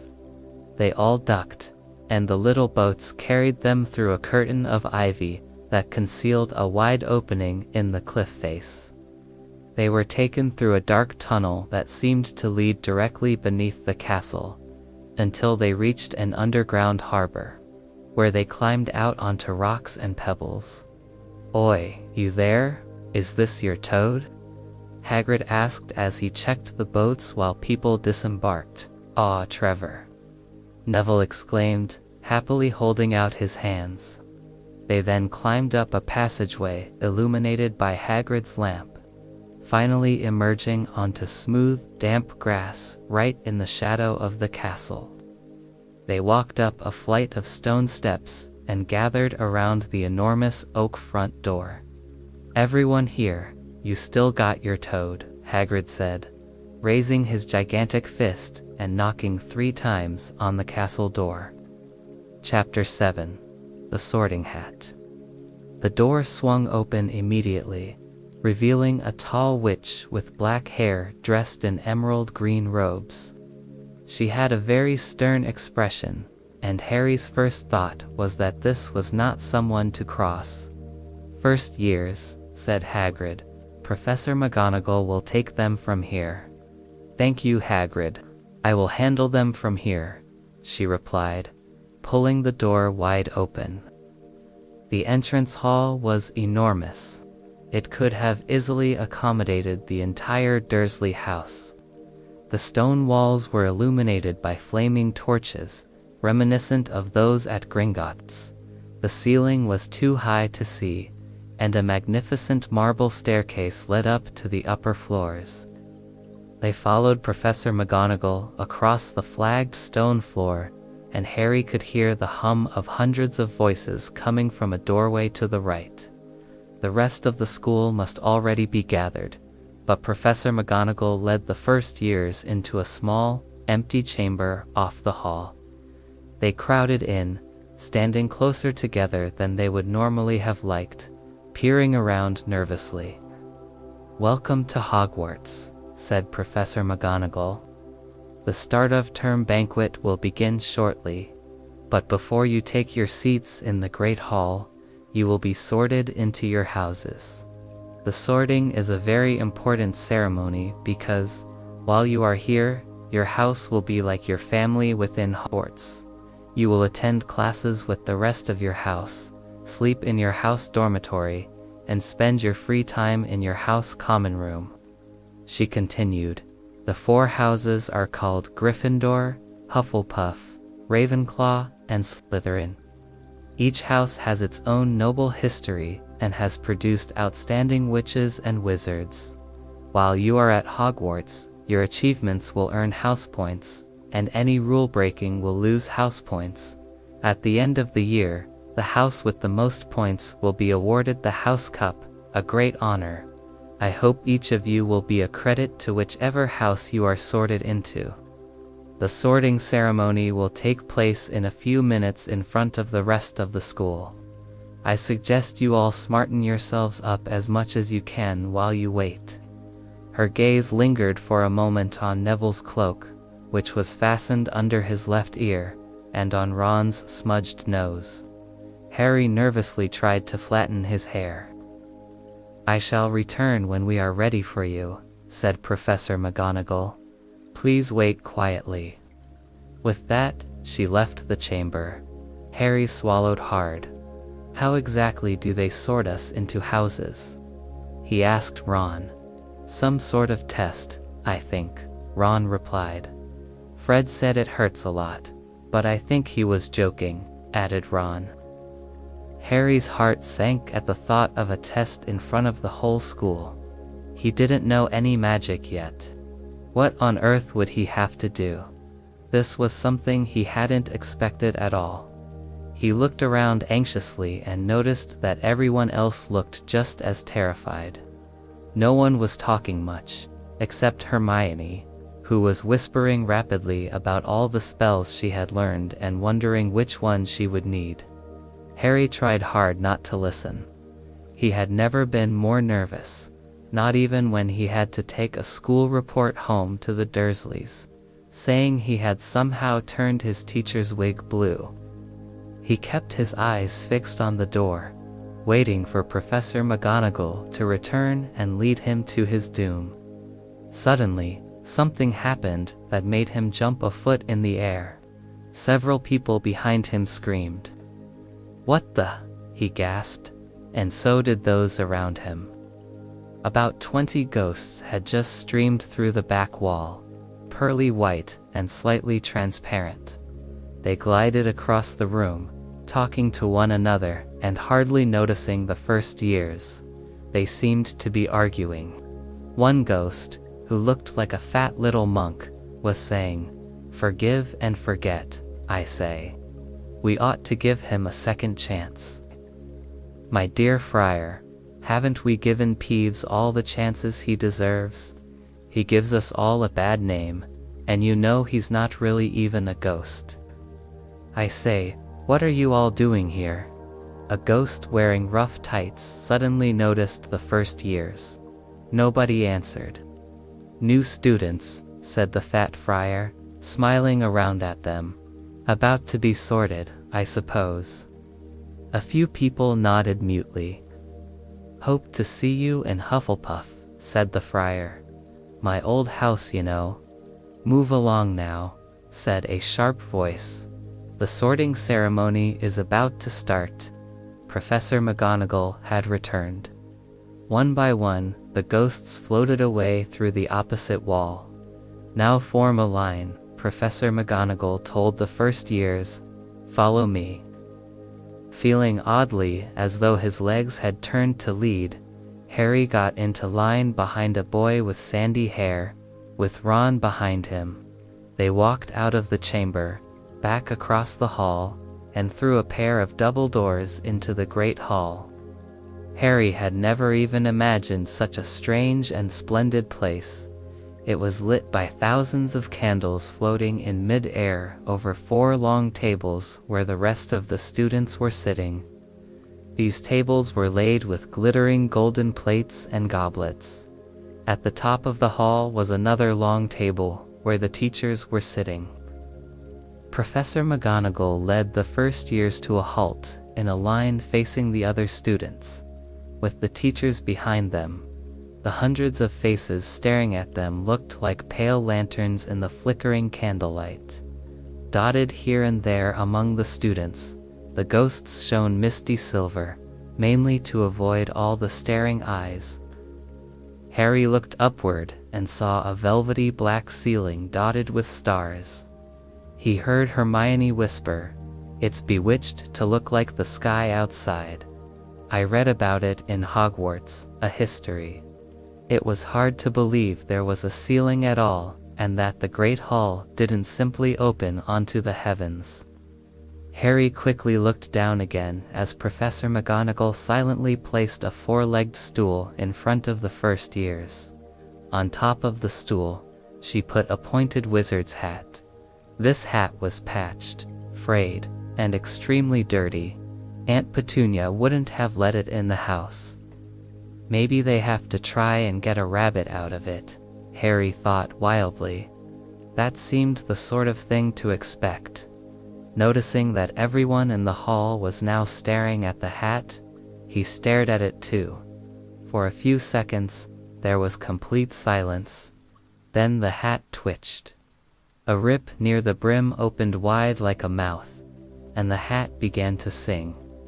"Oh, you may not think I'm pretty, but don't judge on what you see. I'll eat myself if you can find a smarter hat than me.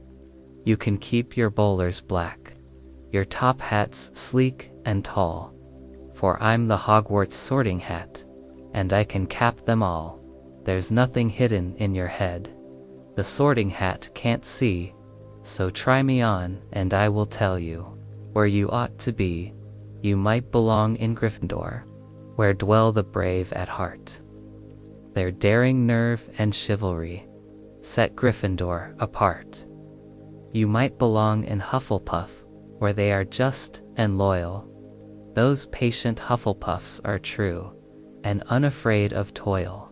Or yet in wise old Ravenclaw, if you've a ready mind, where those of wit and learning will always find their kind.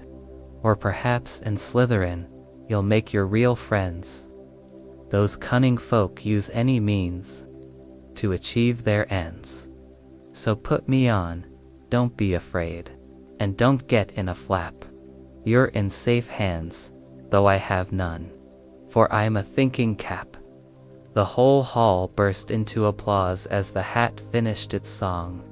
It bowed to each of the 4 tables and then became quite still again. "So we've just got to try on the hat," Ron whispered to Harry. "I'll kill Fred. He was going on about wrestling a troll." Harry smiled weakly. Yes, trying on the hat was a lot better than having to perform a spell, but he did wish they could have tried it on without everyone watching. The hat seemed to be asking rather a lot. Harry didn't feel brave at all, or quick-witted, or any of it at the moment. If only the hat had mentioned a house for people who felt a bit queasy, that would have been the one for him. Professor McGonagall now stepped forward, holding a long roll of parchment. "When I call your name, you will put on the hat and sit on the stool to be sorted," she said. "Abbott, Hannah." A pink-faced girl with blonde pigtails stumbled out of line, put on the hat, which fell right down over her eyes, and sat down. A moment's pause. Hufflepuff shouted the hat. The table on the right cheered and clapped as Hannah went to sit down at the Hufflepuff table. Harry saw the ghost of the fat friar waving merrily at her. "Bones, Susan," shouted the hat again, and Susan scuttled off to sit next to Hannah. Boot, Terry, Ravenclaw, the table second from the left, clapped this time. Several Ravenclaws stood up to shake hands with Terry as he joined them. Brocklehurst Mandy went to Ravenclaw too, but Brown Lavender became the first new Gryffindor, and the table on the far left exploded with cheers. Harry could see Ron's twin brothers catcalling. Bulstrode, Millicent, then became a Slytherin. Perhaps it was Harry's imagination. After all, he'd heard about Slytherin, but he thought they looked like an unpleasant lot. He was starting to feel definitely sick now. He remembered being picked for teams during gym at his old school. He had always been last to be chosen. Not because he was no good, but because no one wanted Dudley to think they liked him. Finch Fletchley, Justin Hufflepuff. Sometimes, Harry noticed, the hat shouted out the house at once, but at others it took a little while to decide. Finnegan, Seamus, the sandy-haired boy next to Harry in the line, sat on the stool for almost a whole minute before the hat declared him a Gryffindor. Granger, Hermione. Hermione almost ran to the stool and jammed the hat eagerly on her head.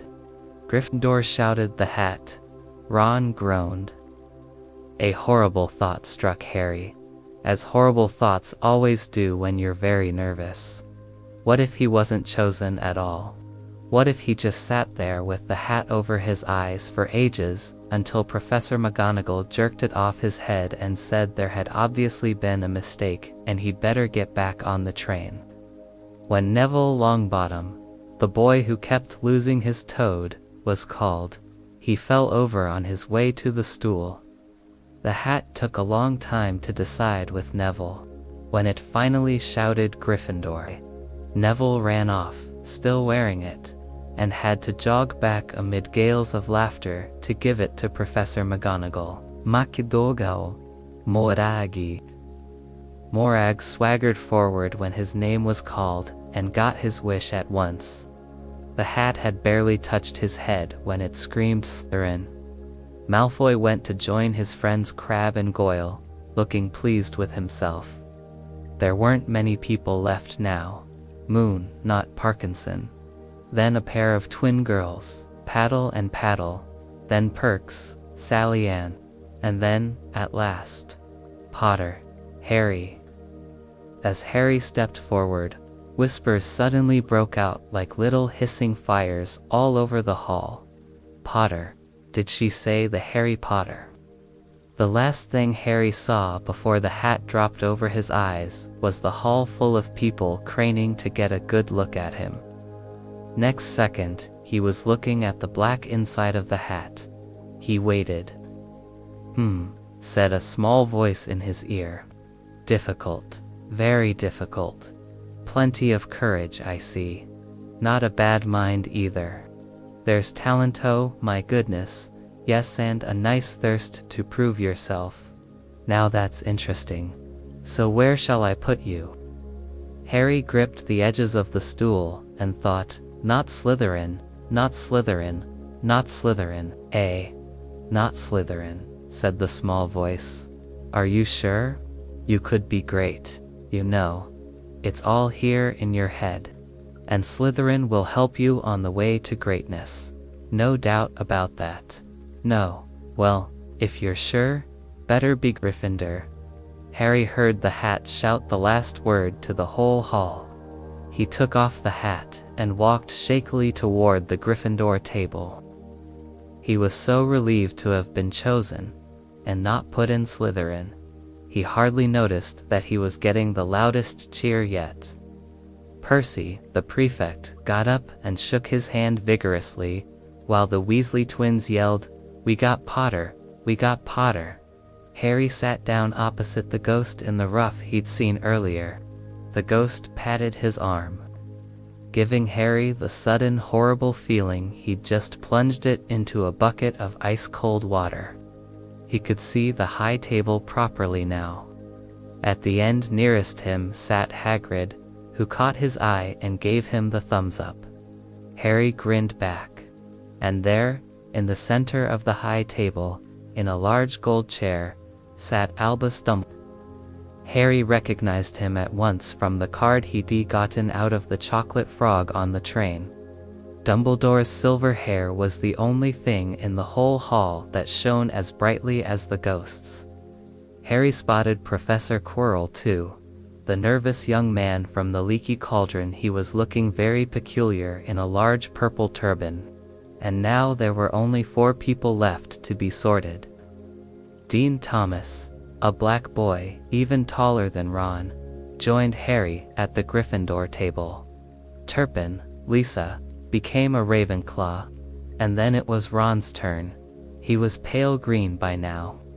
Harry crossed his fingers under the table, and a second later the hat had shouted, "Gryffindor." Harry clapped loudly with the rest, as Ron collapsed into the chair next to him. "Well done, Ron, excellent," said Percy Weasley pompously, across Harry, as Zabini Blaze was made a Slytherin. Professor McGonagall rolled up her scroll and took the sorting hat away. Harry looked down at his empty gold plate. He had only just realized how hungry he was. The pumpkin pasties seemed ages ago. Albus Dumbledore had gotten to his feet. He was beaming at the students, his arms opened wide, as if nothing could have pleased him more than to see them all there. "Welcome," he said. Welcome to a new year at Hogwarts. Before we begin our banquet, I would like to say a few words. And here they are. Nitwit, Blubber, Oddment, Tweak. Thank you. He sat back down. Everybody clapped and cheered. Harry didn't know whether to laugh or not. Is he a bit mad? He asked Percy uncertainly. Mad, said Percy airily. He's a genius. Best wizard in the world. But he is a bit mad, yes. Potatoes, Harry. Harry's mouth fell open.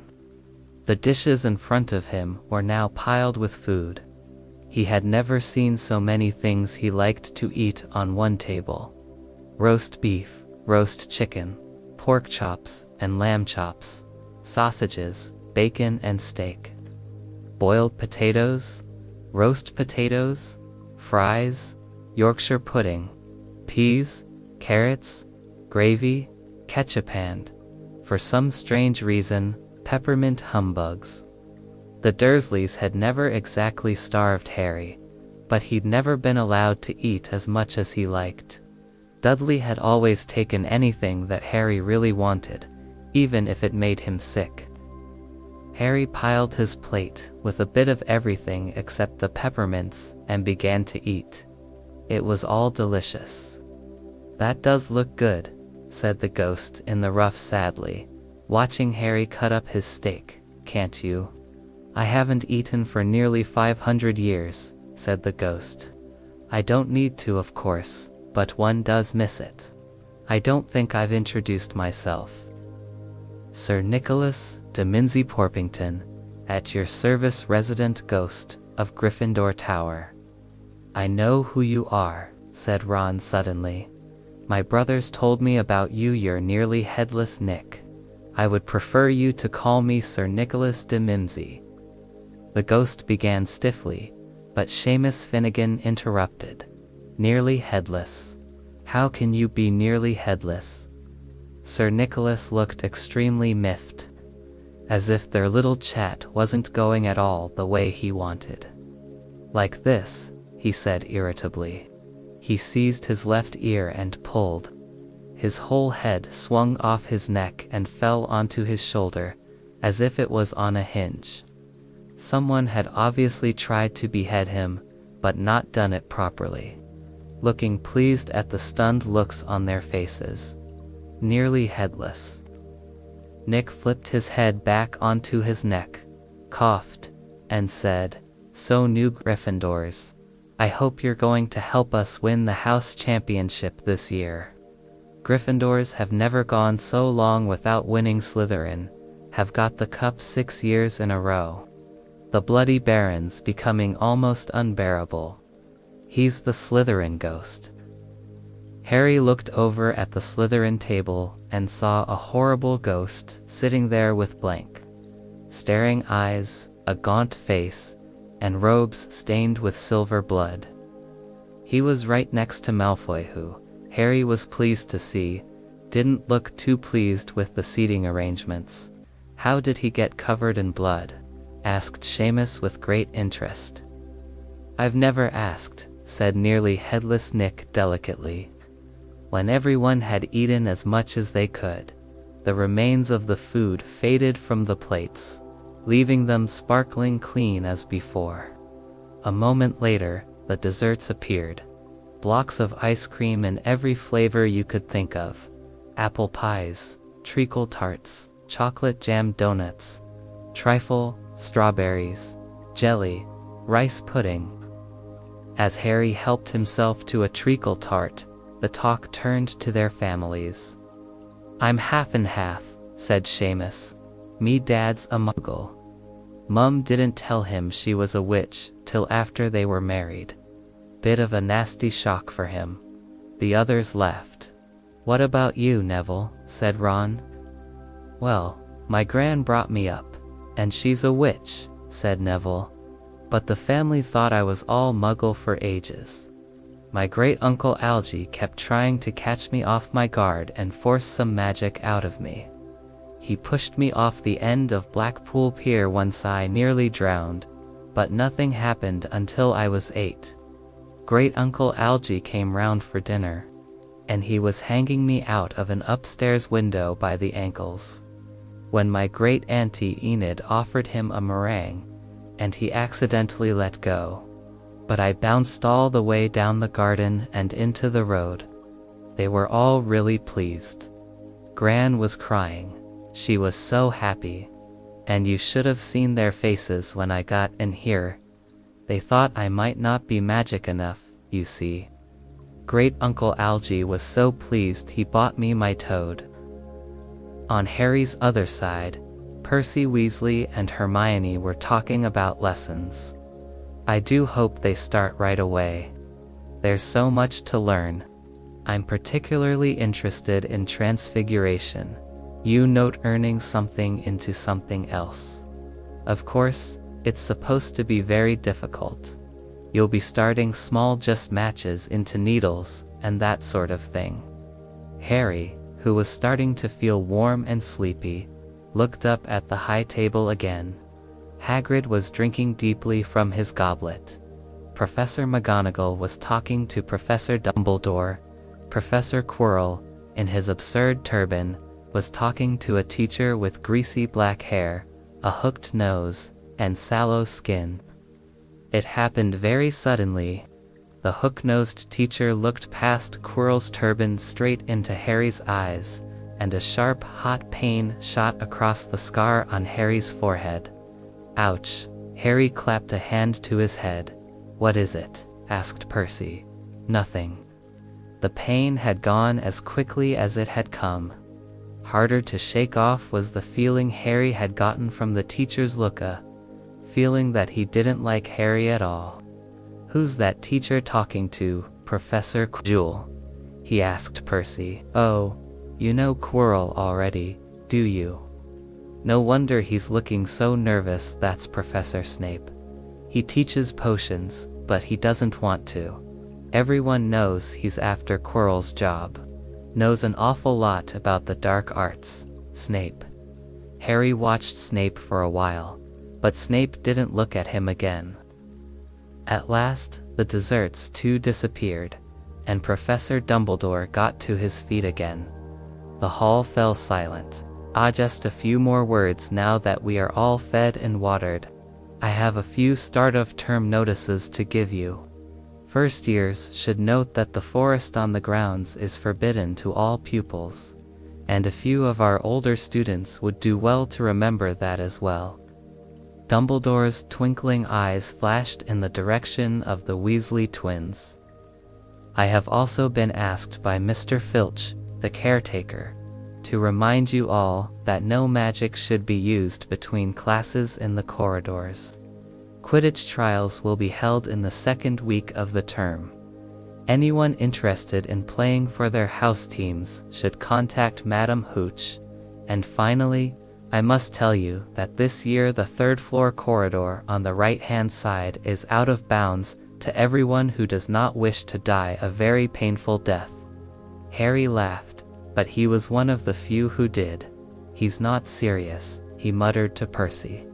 It must be said, Percy, frowning at Dumbledore, said.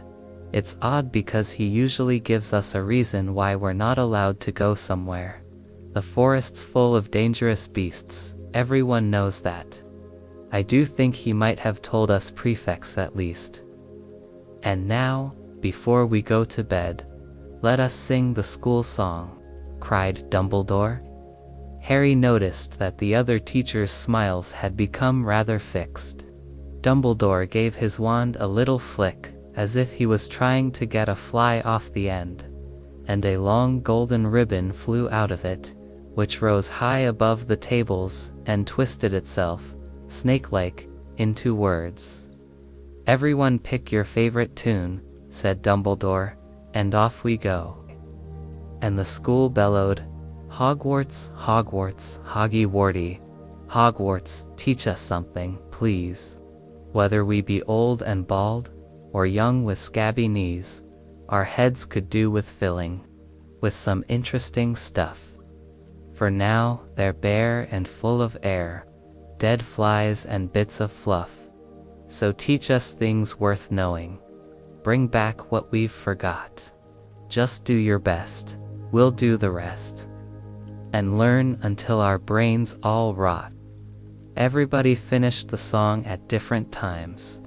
At last, only the Weasley twins were left singing along to a very slow funeral march. Dumbledore conducted their last few lines with his wand, and when they had finished, he was one of those who clapped loudest "ah" music, he said, wiping his eyes. A magic beyond all we do. Here and now, bedtime. Off you trot. The Gryffindor first years followed Percy through the chattering crowds out of the great hall and up the marble staircase. Harry's legs were like lead again, but only because he was so tired and full of food.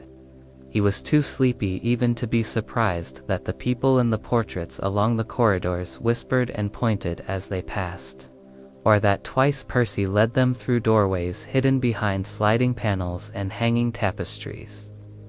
They climbed more staircases, yawning and dragging their feet, and Harry was just wondering how much farther they had to go when they came to a sudden halt. A bundle of walking sticks was floating in mid-air ahead of them, and as Percy took a step toward them, they started throwing themselves at him. "Peeves," Percy whispered to the first years, a poltergeist. He raised his voice. "Peeve, show yourself." A loud, rude sound, like the air being let out of a balloon, answered, "Do you want me to go to the Bloody Baron?" There was a pop, and a little man with wicked dark eyes and a wide mouth appeared, floating cross-legged in the air, clutching the walking sticks. "Ooh," he said with an evil cackle, "Eichel firsties. What fun." He swooped suddenly at them. They all ducked. "Go away, Peeves, or the Baron will hear about this. I mean it," barked Percy. Peeves stuck out his tongue and vanished, dropping the walking sticks on Neville's head. They heard him zooming away, rattling coats of armor as he passed. "You want to watch out for Peeves," said Percy as they set off again. "The Bloody Baron's the only one who can control him. He won't even listen to us prefects. Here we are." At the very end of the corridor hung a portrait of a very fat woman in a pink silk dress. "Password," she said. "Cut Draconis," said Percy, and the portrait swung forward to reveal a round hole in the wall. They all scrambled through it. Neville needed a leg up, and they found themselves in the Gryffindor common room, a cozy, round room full of squashy armchairs. Percy directed the girls through one door to their dormitory, and the boys through another at the top of a spiral staircase. They were obviously in one of the towers. They found their beds at last. 5 four-poster beds hung with deep red velvet curtains. Their trunks had already been brought up. Too tired to talk much, they pulled on their pajamas and fell into bed. "Great food, isn't it?" Ron muttered to Harry through the hangings. "Get off, Scabbers. He's chewing my sheets." Harry was going to ask Ron if he'd had any of the treacle tart, but he fell asleep almost at once. Perhaps Harry had eaten a bit too much, because he had a very strange dream. He was wearing Professor Quirrell's turban, which kept talking to him, telling him he must transfer to Slytherin at once because it was his destiny. Harry told the turban he didn't want to be in Slytherin. It got heavier and heavier. He tried to pull it off, but it tightened painfully. There was Malfoy laughing at him as he struggled with it. Then Malfoy turned into the hook-nosed teacher, Snape, whose laugh became high and cold. There was a burst of green light, and Harry woke, sweating and shaking. He rolled over and fell asleep again. When he woke the next day, he didn't remember the dream at all.